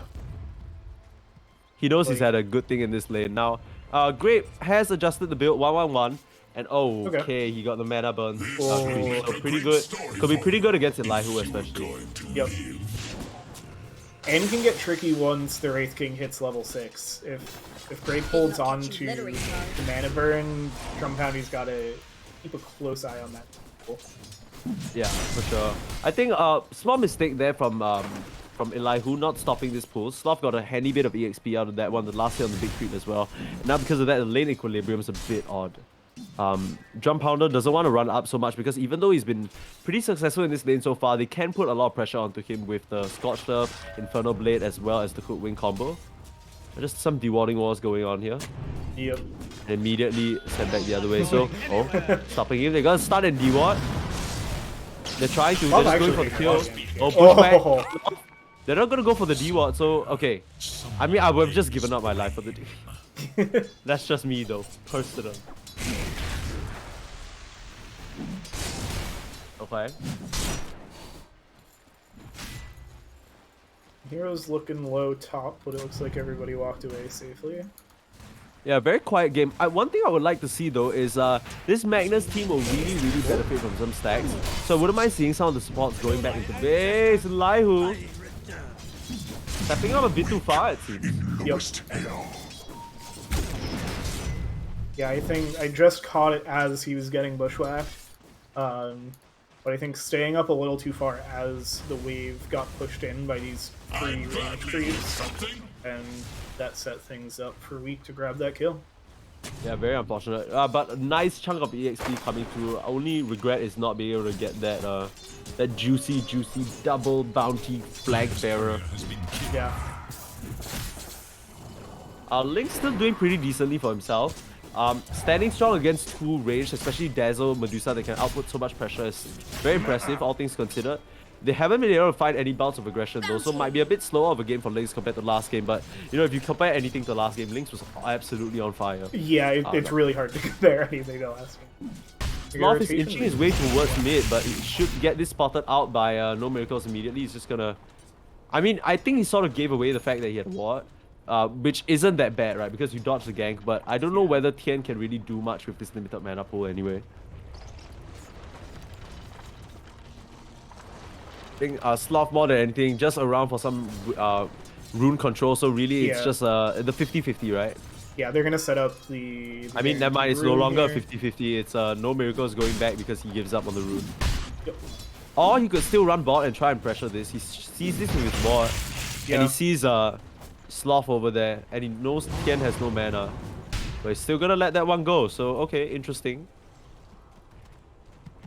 I thought he would for sure go for that one because the bounty's just gonna. Oh, okay, never mind. The TP back, so bounty's still available. But yeah, a bit of awkwardness in the mid lane right now. Oh, the mana burn. Oh, it's not enough. Jump Pounder dropping low as well, and great. He's just been doing so well. Level 3 Scorched Earth, you can't stand against that. The mana burn creep really does so much damage to that Shadow Shaman. Yeah, Grape had a pretty solid lane last game, but the Witch Doctor made it hard. I think now that you have a hero that's easier to deal with, like a Shadow Shaman, you see Grape really kind of pop off on this Doom. Yeah, I mean, the thing is, Grape didn't do too bad as the Slaughter early on, right? It's just that because of the draft, he was relegated to really just being the frontline tanky. Oh, Sagedi does go down in the top side. Dave the Conqueror with the setup. Yeah, but I mean, like I was saying, Grape, I think he did really well on the Slaughter, all things considered. It's just he was forced into more of a supportive role with the stun and like just trying to tank up as much damage as possible for the team. Didn't end up working out, but it's cool to see him spread his wings here in this game number 2. Yeah. Especially with this Doom cosmetic. Yeah. Wings are huge. Yeah. I mean, he's working his way towards the Midas, but he has the Doom available. Jump pull under, needs to be careful here. Yeah. Full mana too with the mana burn, so definitely thinking about it. Immediate reward. Oh, onto Sloth. So they want to make the goal. Scorcher pop. The stun needs to come up on Jump Powder if he wants to survive. Too little, too late. Doom does come out on Elihu. I'm surprised they do that because I was under the impression that they could just kill the Brave King actually. Yeah. But Elihu's gonna die. He tries to walk out. Deny me, please. Jump Powder's like, nah. I got creeps to hit, baby. Yo. Fuck out of here. I think Doom can have that 205 gold. I'm gonna hit 4 creeps and get the same amount of money. Yeah. But Elihu kills the starting not to be worth it, I feel. Yeah, especially because you had a chance to doom the Wraith King at level 5. I don't know with how close to tower they were, if it would have been enough, but I'm always thirsty for a level 5 Wraith King kill. Yeah, and the thing is, he also has chaining their disables a little bit here. And Drum Bounder needs to be careful. He doesn't have mana for Reincarnate. That's the mana burn creep going to work there. Yeah. That was going out both ways. But yeah, it's like you said, the mana burn is very, very surprising and like kind of out of nowhere, right? So you don't really expect it. You need to watch out for those. Yeah, you show up to a lane with a Doom and you're like, yeah, okay, I know what Doom does. He like eats creeps, he burns the earth, he has a big sword. And then you're like, oh wait, and then also he has access to like 12 other spells that I have to consider at any moment. Yeah. I just want to make a clarification, by the way. The Earth not being burned, it's actually scorched. Oh, He's I'm scorching sorry. the Earth. You're right. The Earth status is scorched right now. Well, right now he Yeah, hasn't I mean, casted, Doom- so the Earth status is perfectly Yeah, the normal. Earth is unscorched at the moment. Just a plain Earth right now. No. Plain Earth. Yeah. I'm something of a plain Earth theorist myself. Yeah. Well, no, scorched Earth doesn't exist. Not until Doom casts it. Yeah. Oh, here's a big rotation. Yeah, I'm trying to relieve the pressure on Silly Clown. Okay. Maybe Conqueror is going to TP it off. Very, very heads up play. Yep. I am very concerned though because we didn't see them get off to a good start in the lanes, but right now they are, right? Tien, all things considered, compared to the Magnus, as much as the Magnus can ramp up in farm, Tien has done well to sort of keep himself there. He's not the highest in terms of net worth, but he's still doing well in terms of levels, right? Which is really all the Silencer needs for now. Bot side as well, Drum Pounder, they're having a bit of struggle against Grape on this Doom. They're still getting farm once again, like I said, but I mean, it hasn't been the prettiest. So it's quite an even lane state altogether. I mean, even Dave and Lynx haven't necessarily popped off except for one Dazzle kill. So I want to see what they can do with this. I want to see what we try and do. Yeah. Yeah, it's been a quiet game. Slight lead in Dagon's favor. Global Silence is available, but not a lot of mana at the moment. They're trying to go on to Elihu, and the Doom out again on the Shadow Shaman. Now, I don't know whether you tank that on Drum Pounder, because that's going to put you in trouble. I feel like you could have just let your Shadow Shaman take it. Just enough mana here. No, and Drum Pounder's going to get away with that. So, what should have been, or could have been, a beautiful, beautiful engagement from the side of Weak ends up being an even trade altogether. The Skeleton's beating away on the Sloth. He needs to be careful. Back up. It's outside well known because of the TP immediately. You can't give this offlane duo an inch. No, you really can't. Tower is in danger. You make a play in another lane for seconds, and your position one is Dire down. should look to their top tower. Yeah, the difference maker on that Middle tower Wraith is King under attack. Doom engagement was the magic wand. Yeah. I think that was what allowed him to have the mana to be able to ult, and he used it just in time. The thing is, well Wraith known. King is such a... It's like a straightforward hero, right? You click the spell, you know how much mana he needs.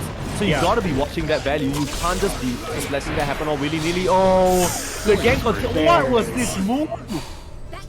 This offlane duo is insane. How do they...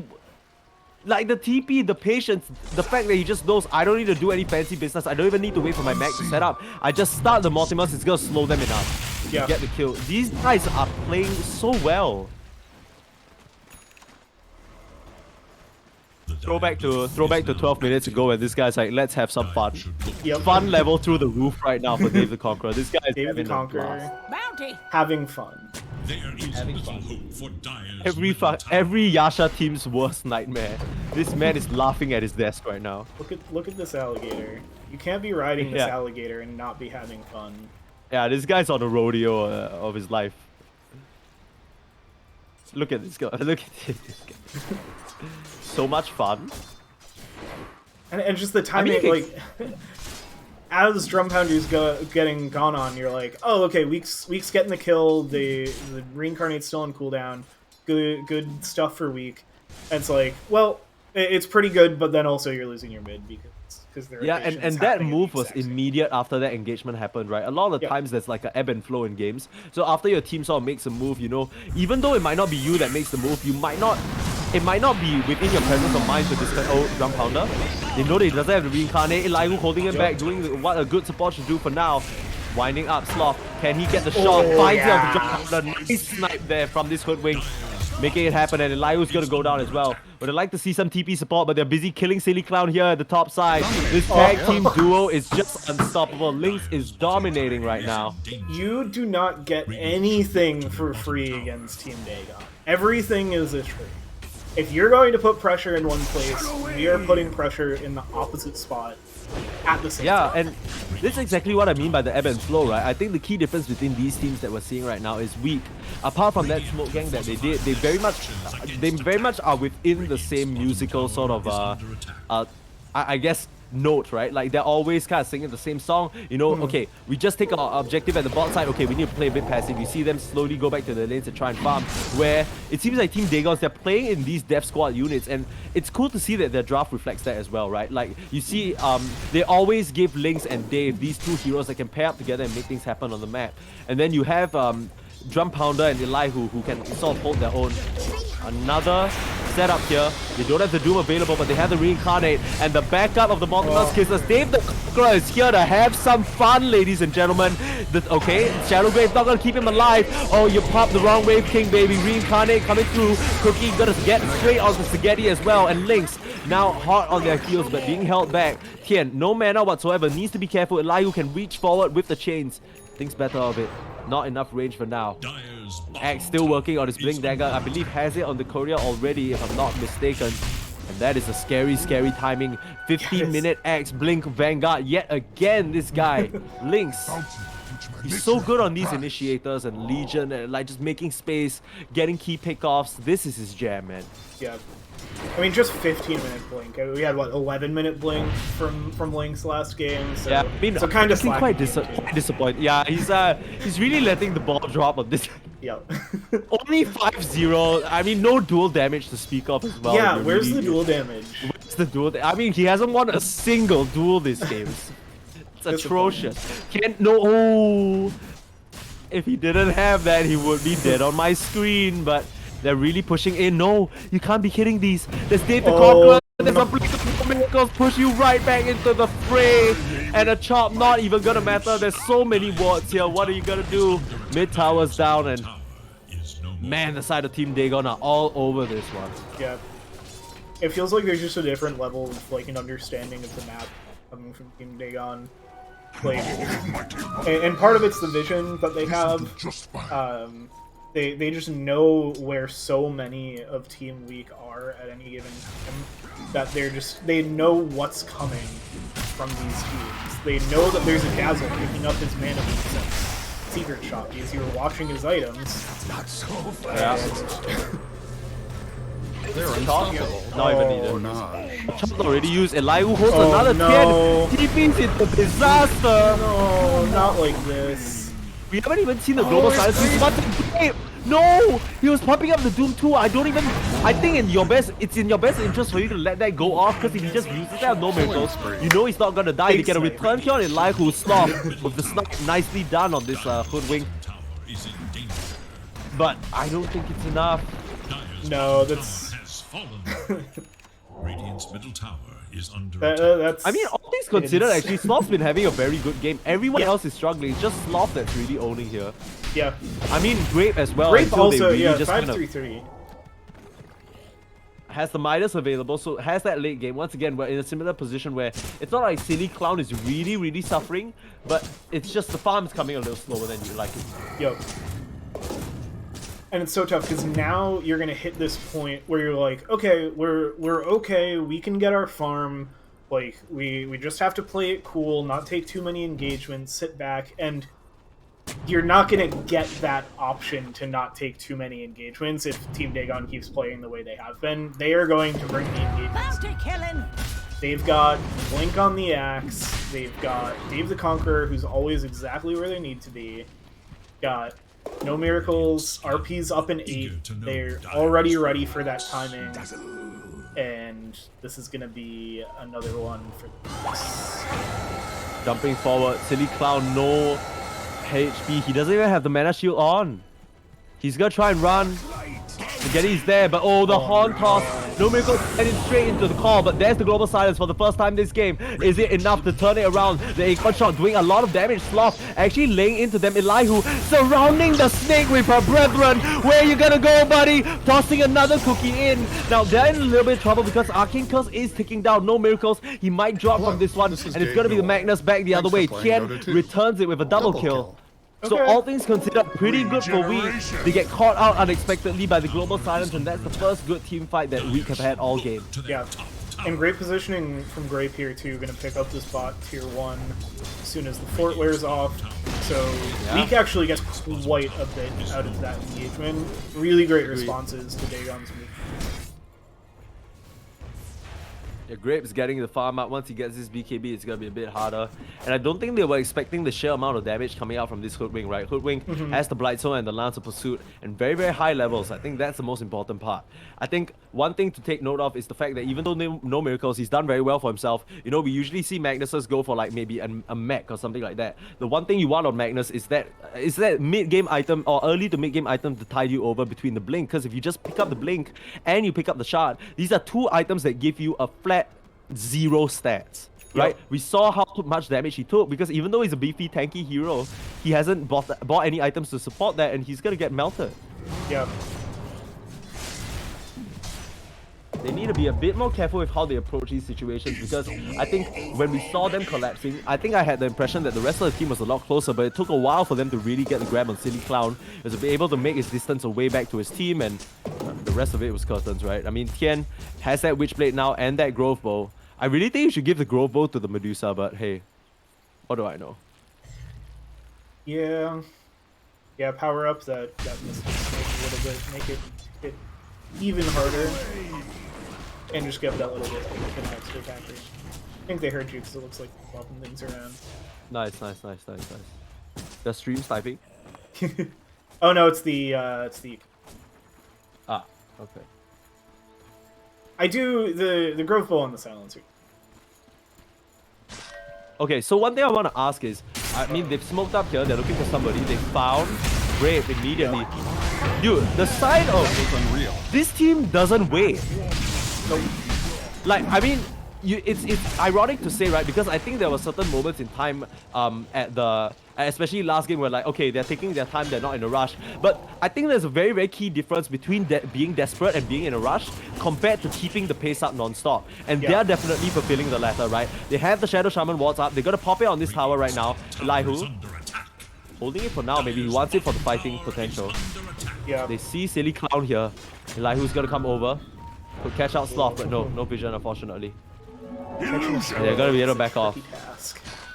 Yeah, I'm surprised that Elihu didn't drop the wards here, but they can always wait for the next wave. Top tower is under attack. Radiant's top tower has They actually get a fallen. tower taken at the top side, so a bit awkward. Drum Pounder decides that it's about time to leave, and he's gonna back up.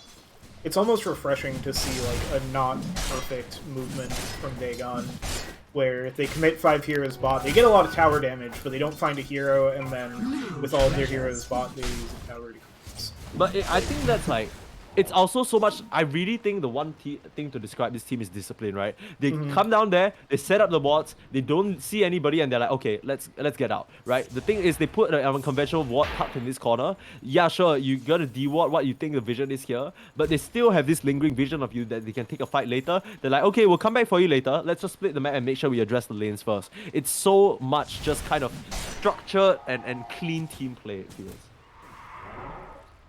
And oh my god, Dave the Conqueror and Lynx are waiting for somebody to show. I don't think anyone will at the moment. Ooh, there's a line being drawn. I think they spotted out this Wraith King on the ward. They want to smoke over, but Grape's going to clear the creep wave just first. Now, I don't know whether this ward is going to spot them. I don't think so because the tree line stops it. But oh no, if they walk up, they might see Tien part of this smoke as well. Oh, I'm not sure if they saw that. Yeah, that's close. Oh, the immediate blink away, they know. No Miracles should have an idea. Now, Elihu, oh my god, they know. Elihu, he's just standing there to break the smoke. This is so smart from them. Immediate reaction. Dave the Conqueror, though, could be the one in trouble. Lynx as well. The blink away available. pops it immediately, blinks back the other way to try and save his buddy. But the save your buddy syndrome this time round might not have worked out. They they die as a, they run as a pair, and now they're gonna die as a pair, it seems. Lynx tries to juke through the trees, and they've abandoned him. The rest of the team just taking time to farm. But yeah, I mean, a little bit of a weakness in this duo that we're seeing, maybe something that we can look to capitalize on. They won't leave each other behind. Lynx immediately blinking forward to try and save the real position 3.5, Dave, and ends up taking a tumble for it. Now, do they make a counter move? We were talking so much about how Team Dagon have that nice ebb and flow that's broken up. They're thinking about it because they've been seeing Silly Clown farming in this area top. And you see... I think they just see her poking her head out here and there, right? Yep. But you don't know where she is because you don't have vision. Yeah. So I think No Miracles and Elihu started moving that way. Elihu's probably thinking about finding a ward so they can more anti-lock down. Oh no, doesn't see this observer because it's on the other side of the tree from the sentry. Oh no. So that, I mean, he's eventually gonna see it. Yeah, eventually. yeah, for sure. Copium. Just an interesting little interaction. Actually, shouldn't the... Yeah. How much vision did the skeletons have? There were skeletons hitting. I think he's just biding his time. Like, I don't think he wants to just walk out and dewalk because he doesn't see anyone at the moment. He's gonna see Grape now. But he doesn't just want to die, right? Yeah. The pink come out, they see it now. And there you go. That's because people are showing in the mid lane. So the amount of discipline on this team is so high. Like, you can see it in the game. Yo. We've got BKB done on Grape. Got Manta done on Dusa. Okay, this No Miracles guy needs to sell some of his small items. This keeps happening where his main items are like in his backpack. Yeah, Echo Saber in the pack. 2 Gauntlets of Strength. Ready to that's go. Fucking... That's Chad right there. He's like, I need my gloves. Yeah. Without we'll my get into gloves, a fight and then the gloves will come off. Yeah, the gloves come off during the fight, okay? And like, it's great. Actually, turned around on No Miracles, jumping in. The global silence, they have no counterplay against it. Has an Invis rule, not using it at the moment. Needs to pop something. Throws out the RP, but the Arcane Curse still ticking here. They don't manage to get anything in response. And Doom on Dave the Conqueror. A little bit awkward of a fight here, but they're gonna get Grape at the very least. This is the 1-for-1 trade. I don't know if okay. Was this? So I don't want to... I'm not flaming. And I don't want anyone to take this the wrong way. But the way No Miracles played that, it looked like he was lagging. Okay, they jumped in, the Horn toss out, Akon shot, No Miracles still okay, got a skewer back, doesn't have an RP though, and No Miracles gonna go down. Silly Clown, no mana to work with at the moment, so Jump Pounder can delay into him. Lynx still holding back the back line for now. The Blade Mail trying to do its damage, turning around to Silly Clown. Is it enough? Okay, doesn't have the chop mana for it at the moment. The heal, Spaghetti doing his best, but it's not enough, and Jump Pounder dominating with a double kill. Slices through him. Nicely done from this Wraith King. Desolator up to 8 charges already. I think the Brigand's Blade definitely had a part to play in that. Oh boy. There was just a Dazzle and then there wasn't. Yeah, that's quite a common story for Dazzle players, if you're familiar. But I mean, Lynx, he's done such a good job in terms of clearing out space, right? Because actually earlier on, Grape did so well to put on so much pressure. Got Elihu at first, doomed Dave the Conqueror, took the Snapfire out of the fight. You know, was soloing up that Wraith King. And the whole time, Magnus was like suffering from Arcane Curse. He had an Invis room, but he didn't want to pop it. He was ticking away, you know, they had to just kind of force stuff him out. I think No Miracles, he's playing a bit on the back foot a little bit. I think maybe it's because he's sort of assuming a bit more of a supporting position. But I do think he should feel empowered to have the I guess initiative to just kind of go in RP whoever, right? Yeah. Yeah, I almost feel like in both of these games, like I said, at least in this one, No Miracles has played kind of more the true position 3. Yeah, he's playing very mellow, don't you think? Like Lynx is the initiator playmaker, which can sometimes be the position 3, and then No Miracles is more of the support. Okay. Skewer back, but not too far. Nothing that the Mystic Snake can't do if they get out the global silence, so that's really nice trade-off. They don't really commit much for that. I like this pickup from Lynx here. Sorry? I like the cheeky little combo of global silence with Stony Gaze, because you can't hear Medusa screaming and you might not realize what's happening.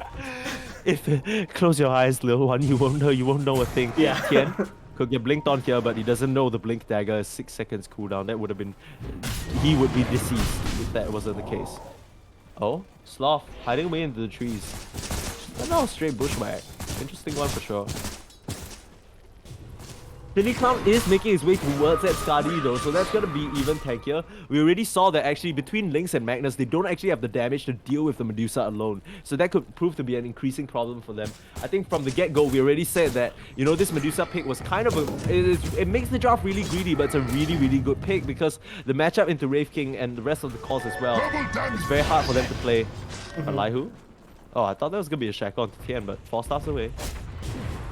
Oh, jump pounder, kicking in, Tian, where's your backup? Spaghetti, no force for anything, he used his 4 staff already, jump pounder chasing on, but there is the grave. I mean the BKB, perhaps a bit preemptive, wanting to prevent any sort of countermeasure.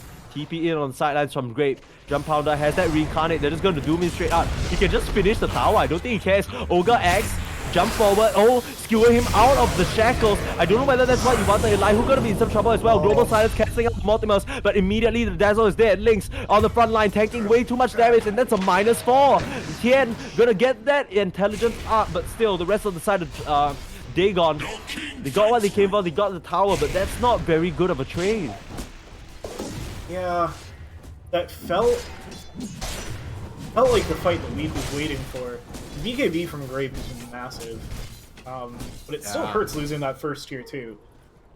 I mean, you really need BKB on this Axe now because you're starting to see the amount of damage that Tian can do if he's given the space. They were chasing him down at first, but once he created the distance and the Axe couldn't catch him, he started turning around and just chunking that poor child. Yeah. And I mean, like we said from the get-go, these heroes don't have the highest mana pool.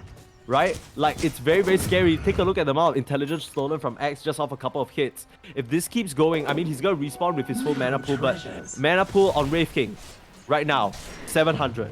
Mana pool on the Axe, 500. You keep stealing this intelligence, they're not gonna be able to cast their spells. Yeah. Yeah, the Wraith King has already picked up the Shard to at least make sure you can get Reincarnate off. But not having the Wraith Fire Blast available. Oh, Elihu, a bit too far forward. If you get to a point where you can only cast a couple of Wraith Fire Blasts in a fight, then that's getting sketchy. And the Axe in particular. Axe is way more mana hungry than you expect until you play him and, like, you call twice and you're like, why can't I... Well, why can't I fight you get, like, anymore? 2 dunks and you're like, wait, I can't play the game anymore. Like, that was great, but now I'm done. Like, that was all I've got in the tank. Yeah. And with the adjustment to BKB, if Axe picks up the BKB, then, like, that has more of a mana cost now. That's gonna be a factor there too. I don't know. This is starting to look a little dicey for the side of Team Dagon. They gotta smoke up and try and look for a move. We were complimenting them so much on, you know, all their really good plays thus far and all they're doing, but it's starting to fall by the wayside just a little bit. Now, it's not out of their hands just yet. Still a 4k gold lead, but you're against Medusa, Doom, and Silencer cores. It's gonna be very scary. You need a fat RP. They've done a good job at spacing out so far. Yeah, the return on investment from the plays that they're making has been going down, and the more that goes on, the scarier it's going to get because of these very fun plays. Okay, they get a kill on Spaghetti. Yeah, that's... Catching Cal out. I mean, that's just standard stuff at this stage of the game. When the towers are all down, it's kind of hard to roam the map. There's no real way of getting vision everywhere also, right? Yeah. So, at the same time, those are the kind of deaths that you kind of have to get used to as a support, you know? And, like, sometimes it's not always feasible to run around with your team. You need to go forward and get vision set up, or, like, deward vision. And that's the price you have to pay. So, Spaghetti's gonna be down. I wonder if they're gonna try and push towards this mid tower. Silicon showing. Do they want to jump? The rest of the team is holding a parameter around her. Dire's middle tower is under attack. Tower is under attack. They're just all going to sit on this high ground. Well... Oh, they're all showing this RP, but I've never seen one if they're not careful. Where is our boy Miracles when you need him? Elihu running forward, forcing the global silence. He could get out here, but he's gonna go down. A dominating performance. Yeah, could be scary here, but do they want to fight without Elihu though? It's hard. Blink forward, forcing the BKB from Grape. He's just gonna chase down, but no mana to work with on this Doom. Ooh, nice little Shackle up the Axe. Do they have anything though? Spaghetti, no poison touch for a little bit longer. RP onto one, not the one you wanted for now. But Tien starting to lay in the damage. No Miracles tanking quite a bit. Still has the mana shield available as well as the ult. Link still trying to do what he can on the backline, but Spaghetti gonna go down. Oh, the last bit of damage not being able to be done. And Tien's gonna get the nut +4. The Hurricane Pike keeping the distance and things are starting to pop up on the side of Team Dagon. This is not the fight that they wanted. This is not the RP. And the Magnus, the Axe, they can't do nearly quite as much into Silly Clown. He's standing strong on this Medusa. He's getting his revenge for game number 1. Drum Pounder trying to make his way out of it. Has the Swift Blink. But the damage, more than enough. The 4-star got to transfer the snake both ways.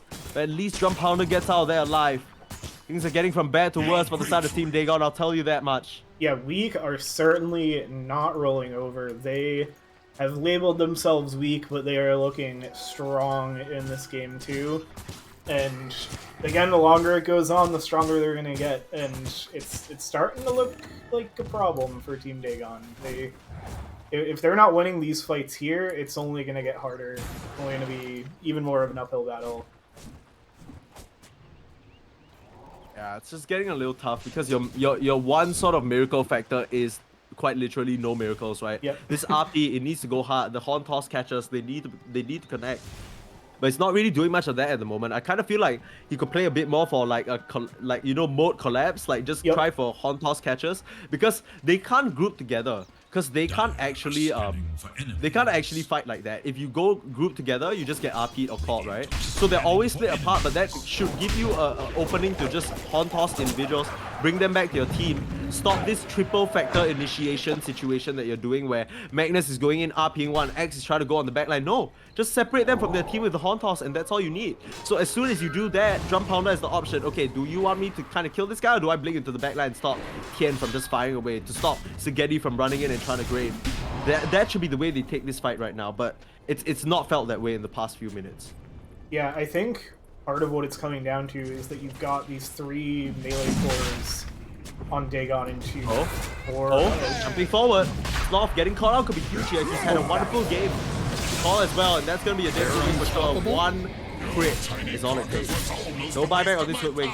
It could open the path towards Roche, but the side of Weak, they're aware. Don't know if they want to though. Yep, Swift blinking. Drum Powder's on it. This is a tricky one, because Weak have everything ready to go. They've got Stone Gaze, they've got... Smoke out, Elihu, blinking forward, getting baited by the illusion here. Another illusion gonna show itself. Spaghetti, poison touch available, hexes up that axe. Drum Pounder, they want to come in because there's Silly Clown holding the line. Oh no, the immediate doom! They're too quick on no miracles, so that's gonna be the Magnus down. Drum Pounder nicks on the chopping block, the Cookie gonna keep him alive. The Scorched Earth, Urge status is currently scorched at the moment. Link jumping in, Global Silence back the other way. Link spins though. Yeah, now in some trouble, Hurricane Pike away. They're trying to eliminate this Silencer. Meanwhile, on the front lines, oh, this poor Silencer, no defensive items other than the Pike. And now Elihu back in the fray, and both supports are making quick work of this Medusa, who doesn't have the mana shield on. Oh no. And no miracles wasn't the one to do it, but it was the rest of the team stepping up to the plate, making it happen. They didn't respect the damage that could still come out. They kited out the Medusa, bided their time, and they made it happen. Once again, you don't take Dave the Conqueror out of the fight. He's gonna deal with you. We didn't even see where that Doom ended up going, but he just died. Immortality. Yeah, I'm still trying to wrap my head around how that turned so quickly. It looked like we had the perfect setup with the early pick off the Doom on no miracles, and then I mean, it was a good play, right? Like, yeah, it was very different from all the fights that they had, where, you know, the difference was Team Dagon weren't having to run into Team Weak. Team Weak were the ones having to initiate. So because of that, like, No Miracles was able to pick and choose where he wanted to go. Sure, the Doom coming out from Great was really, really nice. It took No Miracles out of the fight, but at that point, the rest of the team were already initiating it, and they saw everybody else. Now Sloth, once again, caught out, gonna get caught down. No Grave in range or available. They're starting to roll here. Could we have countered Team Dagon out too quickly? It seems so. They have that Aegis available on the Axe of all people. I think that's a really, really good choice. Yeah. Yeah, it lets him get away with a lot. It really sets up a scary setup potential from this axe. where no matter what, if he sees a good call, he can just go for that good call.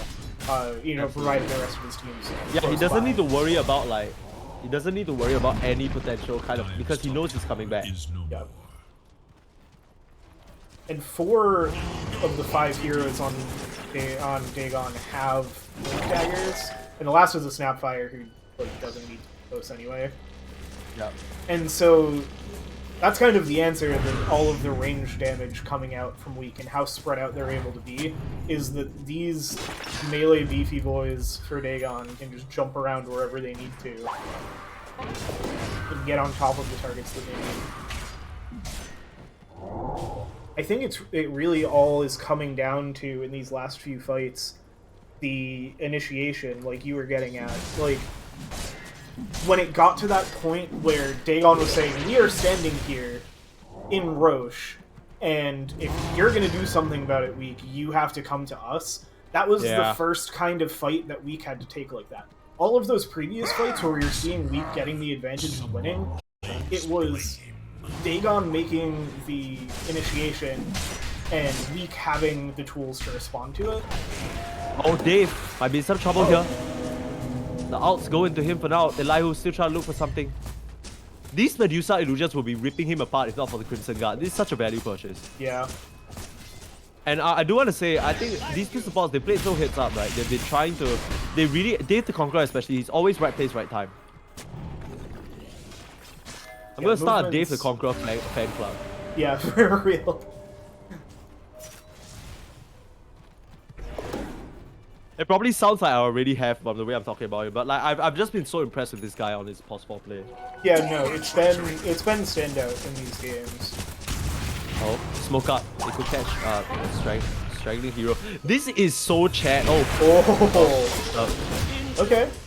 This build is so Chad, dude. Boots of Travels, he's like, I gotta go fast. That's gonna put a stunt in their push here, just for now.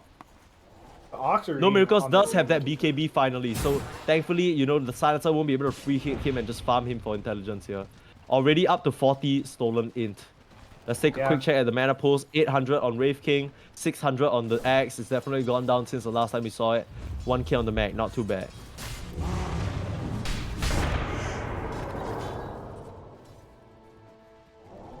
Ooh, Aesthetics Cap actually on the Mag could be really good. Let's have a quick look at the items here. Ninja Gear for Drum Pounder, Ogre, Seal Totem for Axe to close the distance. Understand that one. Mindbreaker, great for Paladin Sword. Okay, this all makes sense. Nothing too crazy. Havoc Hammer and Trickster Cloak could be huge for them though. Especially for the Doom, Havoc Hammer is going to be so insane. Trickster Cloak for someone like maybe the Silencer just to get out of dodge. I think he needs that. Yeah. Because none of these cores, you know they're not going to be carrying protection. I also wouldn't mind seeing the Mindbreaker moved over to the Silencer. But I guess it is nice having multiple heroes able to silent.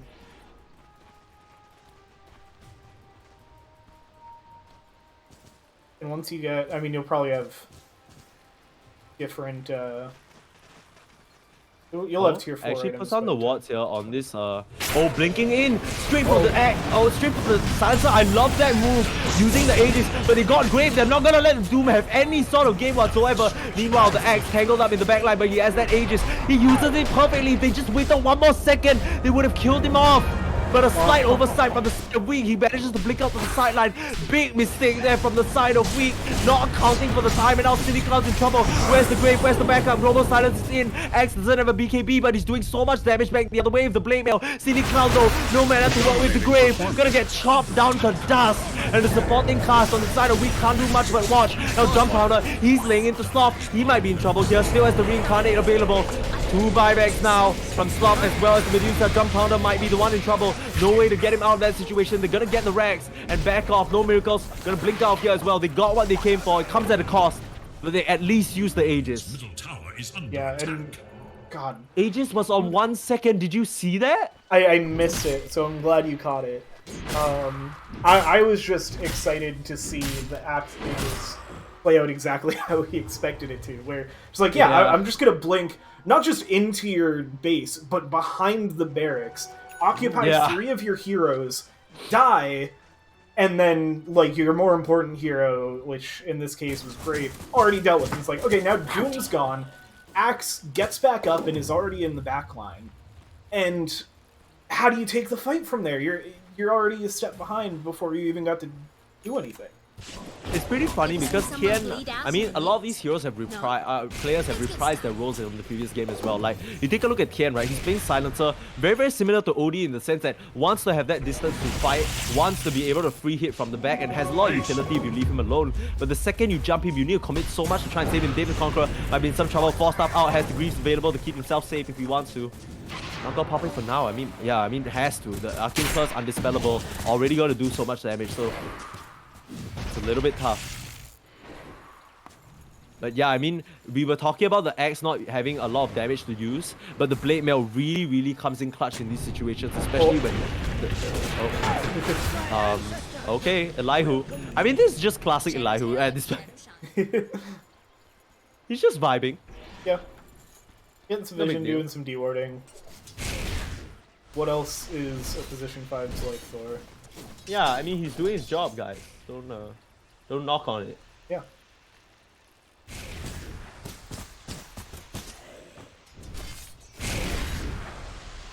Yeah, I feel like to your point about a lot of these heroes and players kind of reprising their roles from the last game, what I think has made a big difference of how much closer this game is Grape on the Doom instead of a Slardar. It just feels like it has so much more impact. Yeah, we saw how much they needed to commit just to get him out of the fight as well. He's very, very strong and a huge force to be reckoned with. I'd argue to say that he's the biggest thorn in their side right now. Yeah. And I've been saying it, and it feels less genuine now that Dagon's back on the front foot, but it's only going to get worse. The Doom is only going to get stronger. Ag's still a bit away, but when that comes out, it's going to be scary. It's going to do a lot. One thing to take note of as well is that Sloth also has his axe, so another clone channeling the sharpshooter could break up the axe, could mess up the Wraith King's passives, could be very interesting to play up against. At the same time, Medusa has made her way to the butterfly, and MKB is something that this Wraith King is looking at but doesn't have for the immediate future, so still, the illusions are going to be very hard to deal with. Yeah. Yeah, those are some really good timings. I want to see Weak make a play with this. And that play might be forced to be a roach contest. Ooh, find the axe and do. Oh, no, not like this. This is not how you want to start Lynx. He does not have buyback available. Oh, he does at the moment, but I don't know whether he wants to commit it here. Nowhere to go. Jump pounder's done. Oh, there's no more chase. Sharpshooter, gotta fly. Gotta be missed. A little bit awkward. They were doing Roche. I don't think Axe had any business being there. No. Got a bit too comfortable farming the mid lane and pays the price for it. They could now waltz out to Roche themselves, and what meant to be a power play for Team Dagon ends up going the other way. Spaghetti, gotta get in there, check it. Yeah, that's probably gonna be an Aegis over to Grape. Weak being aggressive here because they just hit these big timings with the butterfly. And the buyback. They don't want this to go down, but it's going too quick. I don't think they have the time. They need to go now, and they're too late. Jump powder in on the back line goes to Spaghetti, and a huge jump. Briscoe finds them all. Three down. Too late, just as the silencer hits the deck. The reincarnate gonna fly, and so is the sharpshooter. They take down the Shadow Shaman and Elihu. Immediate buyback. That's the power of the boosted travels, baby. BKB and Tien trying to do the damage, but it doesn't have enough to offer. Silly Clown being controlled in a double kill. What a contest coming out from Dagon here as they wipe the floor with Weak, and the rest of the survivors are forced to run. They tried their best there, Team Weak, but what a miracle RP. We were waiting for that one the whole game, and he pulls it off, and just like that, one fell swoop, it's gonna be a high ground push yet again. I'm sorry, there are no miracles here when it comes to RP. That was calculated. Yeah, that's for sure. I mean, this guy, I'ma be real, he had a very quiet game for most of it. He was just playing, like you said, that de facto 3. But I mean, that was the one to do it.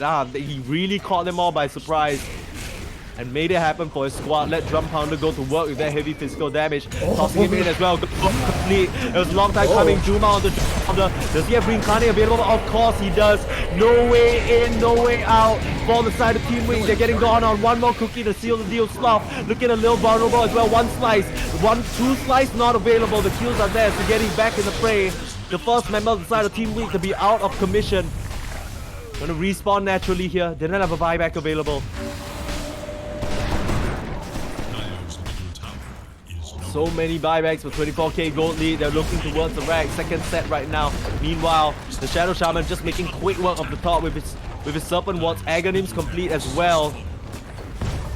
That must have been the Axe blessing from the Roche. And just like that, Mega Creeps. They have a Medusa, so it's not the end of the world, but they could look towards ending the game right now. Hontor's gonna miss the Jump Pounder in off the Sloth. Oh, actually, yeah. Oh, whoops. Sorry, I saw that wrongly. That was actually the ultimate from the Aghanims, the decoy. Yep. But I don't think it matters here. Dave the Conqueror get touched up here by Poison. Oh, but no spins at the moment, but the RP back onto Spaghetti. They trying to finish them off. The skewer back. Grape lines up perfectly for it. There's a dunk, and there is another. Lynx has just been on fire, and this team of Team Dagon, there were some shaky moments this time round. I think Weak really pushed them to the edge a little bit, but it just wasn't enough. Some key mistakes in that big fight, and especially in the Roche pit, it was just a bit too difficult to stand up against Team Dagon. What a way to win this game. Absolutely incredible. Whew, man.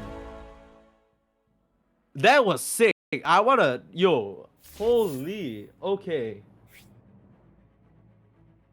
That was insane. I can't wait for people to see this one, actually. Yeah, I hope they do. I hope they do. This game too was class. Like, it was so clean. And there's so much to take apart with this. Like, yeah. I don't know how to summarize it. Like, I feel like we got the storyline throughout the game, and I don't know how do I take all of the pieces together without just retelling this entire game again? Because it was a three-act masterpiece. Yeah, it was so beautiful. It was these teams really, dude. The thing is, Dota games really know how to write a good damn story by themselves. That's what always happens. That's why we love this game so much, I think. But really, I think it's exactly like what you say. I would just be repeating myself if I said anything more. But I just want to say, like, both teams, they really played their heart out. If you look at the score 2-0, it doesn't tell the full story. This is definitely one of them. Yeah. So I want to see these teams play each other more because I know I want to see Weak play 3 more series against other teams and then play against Team Dagon. Because you want to see them evolve, right? It. Yeah, they can. It's just like some key decision making, maybe a bit of I guess I won't say mistakes, but just kind of moments in time where you can tell they fumbled the bag a little bit. Like some moments where Silly Clown doesn't have the mana shield turned on, or the global silence coming out a bit too late, or the moments where they get caught out by themselves and nobody's covering the back line. They haven't thought out fully what is the ideal way to take the fight yet, but their raw sort of chemistry and skill is showing through with how they're still managing to keep up, right? So I think a lot of room to grow for this team, and that's just exciting, right? If anything. Absolutely.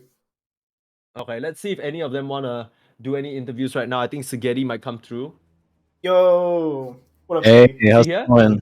Sageti, hello. Oh, what games?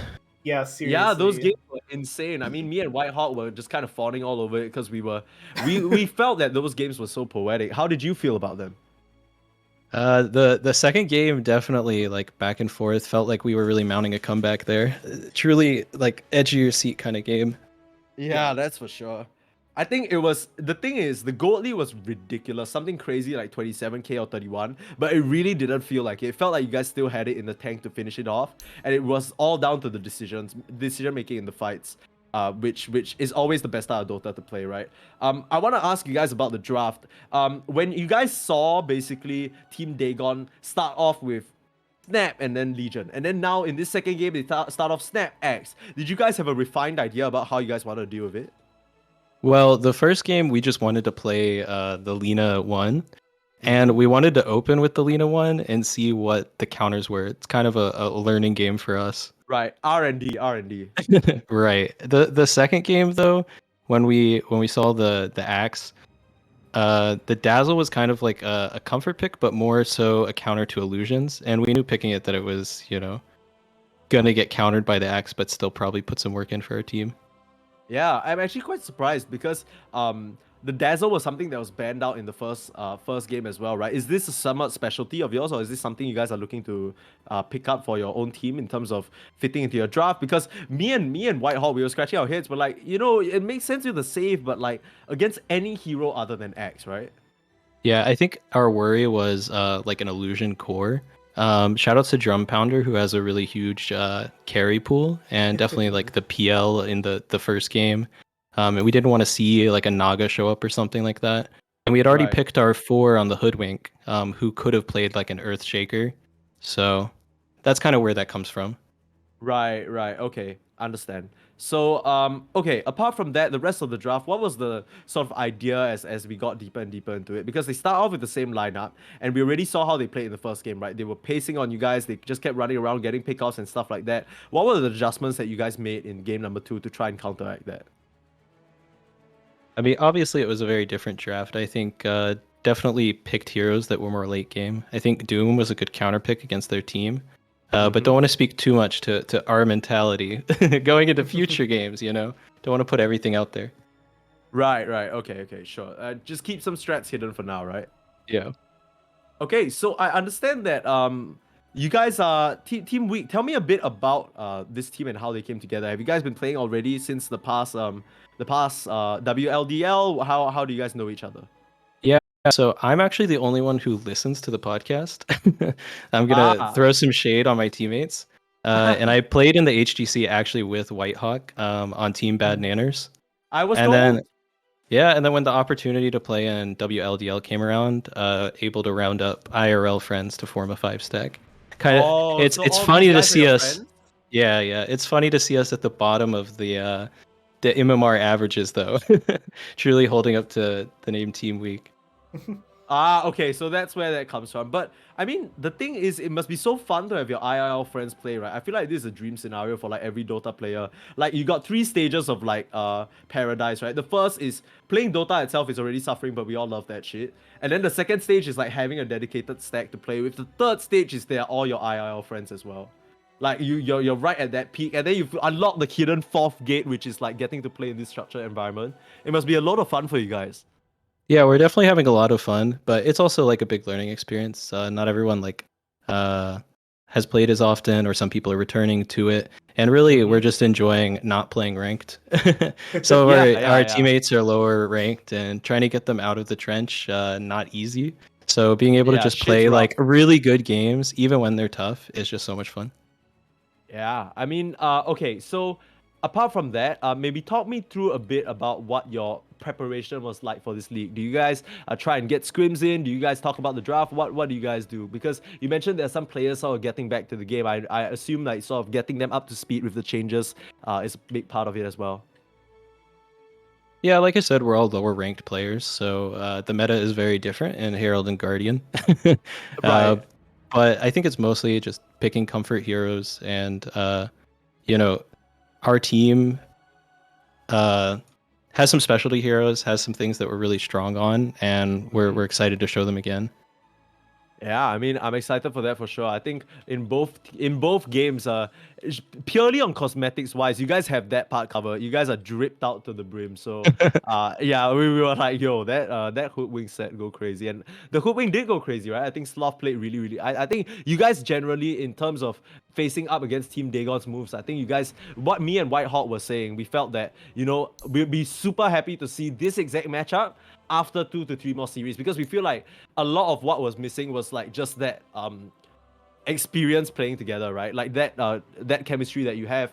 Team Dagon, they very clearly, I think we talked to Lynx before, who's here as well, but we talked to them that they've played for quite a bit, and they practiced quite a bit. But compared to like you guys who have people returning and you guys need to sort of get everyone back on the same page, it's very cool to see that you guys are still sort of punching at the same power level and like really hitting back at certain moments. We saw a lot of times where we were like, oh, you know, this could be, I mean, if we keep this up, they're gonna give Team Dagon a run for them. Like they're gonna actually like come back in this game. It didn't end up being the case, but I think you guys put out a really good fight, especially in game 2. Yeah, I think we felt the same. It was definitely like we were always one team fight away from losing it. But when you told me the gold lead that they had, it's even more impressive what we managed to pull off. Yeah, I mean, you just look at the graph. Like The graph is at nutty. most points. Yeah, at most points, literally, you guys are like down from like what the 40-minute mark, you guys are like 15k down already. But for the most part in the mid game, you guys were back forth. So it was like really close. Yeah, they're at like 28 minutes, and at like 38 minutes, there's basically no net worth difference, which is just wild with how that game was going. Yeah, how did it feel from the other end, Lynx? Yeah, I'm definitely like the second game we were between the 20-minute and the 40-minute mark. It was challenging to make plays. I think we got a good advantage early, and we try to kind of keep that up. But as soon as you guys were pushing back for sure in the mid game, that it was hard to kind of like to find places where we wanted to go. We know we had to like move around the map a lot, but we were on a timer and Deuce was getting big, so it was getting sweaty at the end for sure. Yeah. Yeah, I'm just wondering. One thing I want to ask Lynx is you guys basically doubled back for quite a few of the same sort of components, right? Immediately in first phase, you guys are like, okay, Snapfire plus a core, plus a pos 3 that can run around and like basically set up like dual and X call, essentially very similar functionality, right? You Is that definitely see it. is that your de facto formula going it, on it, here? it very much looks like it, doesn't it? I wanted Yeah. I wanted to play Pudge, but as soon as I mentioned it, nobody on my teammates were agreeing with it. So I'm like, okay, fine, I can do Axe. Yeah, but generally with Axe, it's a hero that it's not really what you think of when you think of first phase picks, right? Because Axe is someone who really capitalizes on the right matchup. Like you're against a melee hero, you can really ruin their time. Picking these kind of heroes like LC and Axe so early on, is it daunting for you at all? Because those are heroes that got very easily get countered. I mean, you look at first game, they had the OD, right? Yeah, I saw the OD, and as soon as that came out, I'm like, damn, that's not great for duels. Yeah, is this something you guys are concerned about in terms of picking these heroes so early on? Like so in the tournaments I've played before, we've usually done both supports, and this is something I wanted to kind of try, and it's working well for us for now. But like you said, like there's definitely some points where a good counter can come out to our pause 3, and it might be a little harder to catch that momentum and that or that kind of momentum that we had at the early start. Yeah, I don't know. We'll see in our draft coming out, because it is quite a formula that we do have in terms of the Snapfire, and we're quite surprised it didn't get banned the second time, because the Snapfire and Dave on the Snapfire is just doing really good work for us. Yeah, Dave and Snapfire, name a better duo. Okay, no, maybe Dave and Lynx. I mean, we saw both games. You guys were just running around duo, just smashing it. It was crazy. Okay, talk to me. One last question I have. Talk to me a bit about this Magnus last pick. Can you tell me what the idea was going in? Because it works obviously, and I know what it does in terms of like getting the Wraith King up to snuff and stuff. But once that Medusa is picked in terms of a matchup carry to carry, Wraith King's already on the back foot, right? You sort of need to play either in a bit of an unorthodox way, or you need to have an early advantage and run with it. So what was the Magnus meant to achieve here? We were really concerned about the backline. As soon as there was a dazzle, we're like, we need to be worried about this backline quite a bit, and especially in the silencer. And we saw it near the end of the game. There, he was taking chunks even out of strengthy heroes like us. Yeah, he was eating you guys up if you guys didn't stop it. Yeah. So we wanted something that would also be able to kind of jump the backline.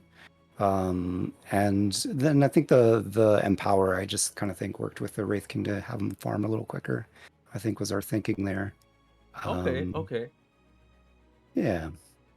Yeah, from our perspective, we knew that your draft was missing like a little bit of team fight, and when the Magnus clicked into place, we were like, that's the piece we couldn't figure out. Yeah, and I mean, it did come into play at the end there as well, like, right? Like, the one defining fight was the one at the Roche pit where no miracles. He didn't really have... He didn't really find any super big one up until that point, until the Roche pit. There was just 3 men caught in, and at that moment, you're like, shit. Like, and the thing is, Team Weak, I think we were complimenting you guys about this in the cast as well. You guys did a really good job in constantly making sure you were split. Like, no miracles didn't get a multi-man RP until, like, 35 minutes into the game. But when he did, then it's just hard as fuck to play. Yeah, I found it tricky trying to find a good place to jump. I really had to like be patient and find, because there was some moments where I'm like, I'm gonna jump this. No, I'm not gonna jump this. I'm gonna jump this. I'm not gonna jump this. Yeah. So you guys' positioning was really challenging to play against for sure. Thanks. Yeah, we tried our best to keep the vision and keep, especially against Axe, Magnus, and the blink on the Wraith King. You it's know, so like hard. Mm-hmm. there was definitely a point where you can't even stand behind your towers, and we just had to retreat to high ground because anybody standing back there is dead. I think the most sort of I won't say sad, but it's just like keeping these positions is one of those things that when you watch and you're not particularly paying attention, you won't notice it's something that Team Weak did so well on, right? Because you only know it when you're playing the game. Because suddenly all these heroes that want to jump, like yourself, Lynx, you were mentioning, Miracles as well, it's just so much harder to find those openings. You're like, damn, these guys are really making sure they have it covered. But like when you're watching it, because if the thing is, if you guys didn't keep that split, you would just be just completely decimated, right? So it just kind of looks like you guys are playing normally, like nothing special. But this level of positioning and the presence of mind is just one additional factor to constantly think about, and it's like it's so hard to keep that in mind. Yeah, it's the like least splashy, highest skill play because Yeah. the like what you're accomplishing is nothing happens, and that is exactly what Yeah. you want. Like Yes. it's just there is no jump, and so we're not going, oh look, oh my god, the axe didn't blink in. God. Oh, Spaghetti look is at that. standing 100 range away from the silent. Yeah, it's not something called, but I think that's definitely something that me and Whitehawk caught. But okay, so since both the captains are here, do you guys have any words for the people watching, or your team, or the other team, or maybe anyone at all? Maybe Spaghetti, you can start first. Yeah, absolutely. We may be the lowest MMR, but we will fight as the underdog and give you a game every time. Oh yeah, Hmm. love to hear Yeah. that. It was a lot of fun. It was a lot of fun playing with you guys. Yeah, it's I mean, me, Dave, and Drum play a lot together, and it's nice to like to form a team and to join a tournament. So it's really awesome to play in this, and we're having fun with it so far. And thanks for playing. And yeah, thanks for casting. It's great. Yeah. Yeah, Absolutely. thanks a Thanks lot for- for casting. Of course, Of thanks course, for putting of on the course. show for us to yell about. Hell yeah, I got so hyped at that last moment. That fight was crazy. All the buybacks coming in, the sick RP, and all the just back and forth. Oh, that was crazy. But yeah, thank you so much for putting on such a show, guys. And like the one thing about Dota is like when a team is playing with heart, you can definitely see it on the screen. And I really appreciate seeing these kind of games. So yeah, let's I think that's just about it. I think you guys probably want to talk to your team or chill out after that intense series. So thank you so much for your time, guys. Take care. Thanks, guys. Thanks, bye. Okay, there's that. Okay, Yeah. any final things you want to add, Whitehawk? No, I think they couldn't have said it better. Just if True. you enjoyed those games, and I don't know how you couldn't, Yeah, be sure right. to keep an eye out for more games coming up. Not just casted by the two of us. There's tons of different casters. Best place to be is the WLDL Discord. That's where you can catch all of the links to the streams coming out, all of the match schedules, and see more of this awesome casual but super high intensity Dota action. Absolutely here. So thank you so much, Whitehawk, for joining me. It's been a pleasure casting with you. We need to do this more often. Yeah, And, for sure. I'm now like sad that it's taken us this long to get in a cast together. Yeah, 'Cause this right. was so much Because the fun. thing is, the times don't line up, and like most of the time, Yeah. because I'm very comfortable casting with either Benji or Chio, so I'm just used to casting with them de facto, right? So I mean, you can definitely find some time to make this happen. But speaking of Chio, I think she's actually casting another series happening right now. So I'm just gonna go ahead and raid her and send the people watching there, because more that's a great exciting idea. WLDL Dota. Why would you not want to watch that, right? Yeah, that is perfect. Okay. All right. Well, I think that's about it for me. Thank you so much for joining me, Whitehawk, and that's the end of it. Thank you. See you again. Bye bye.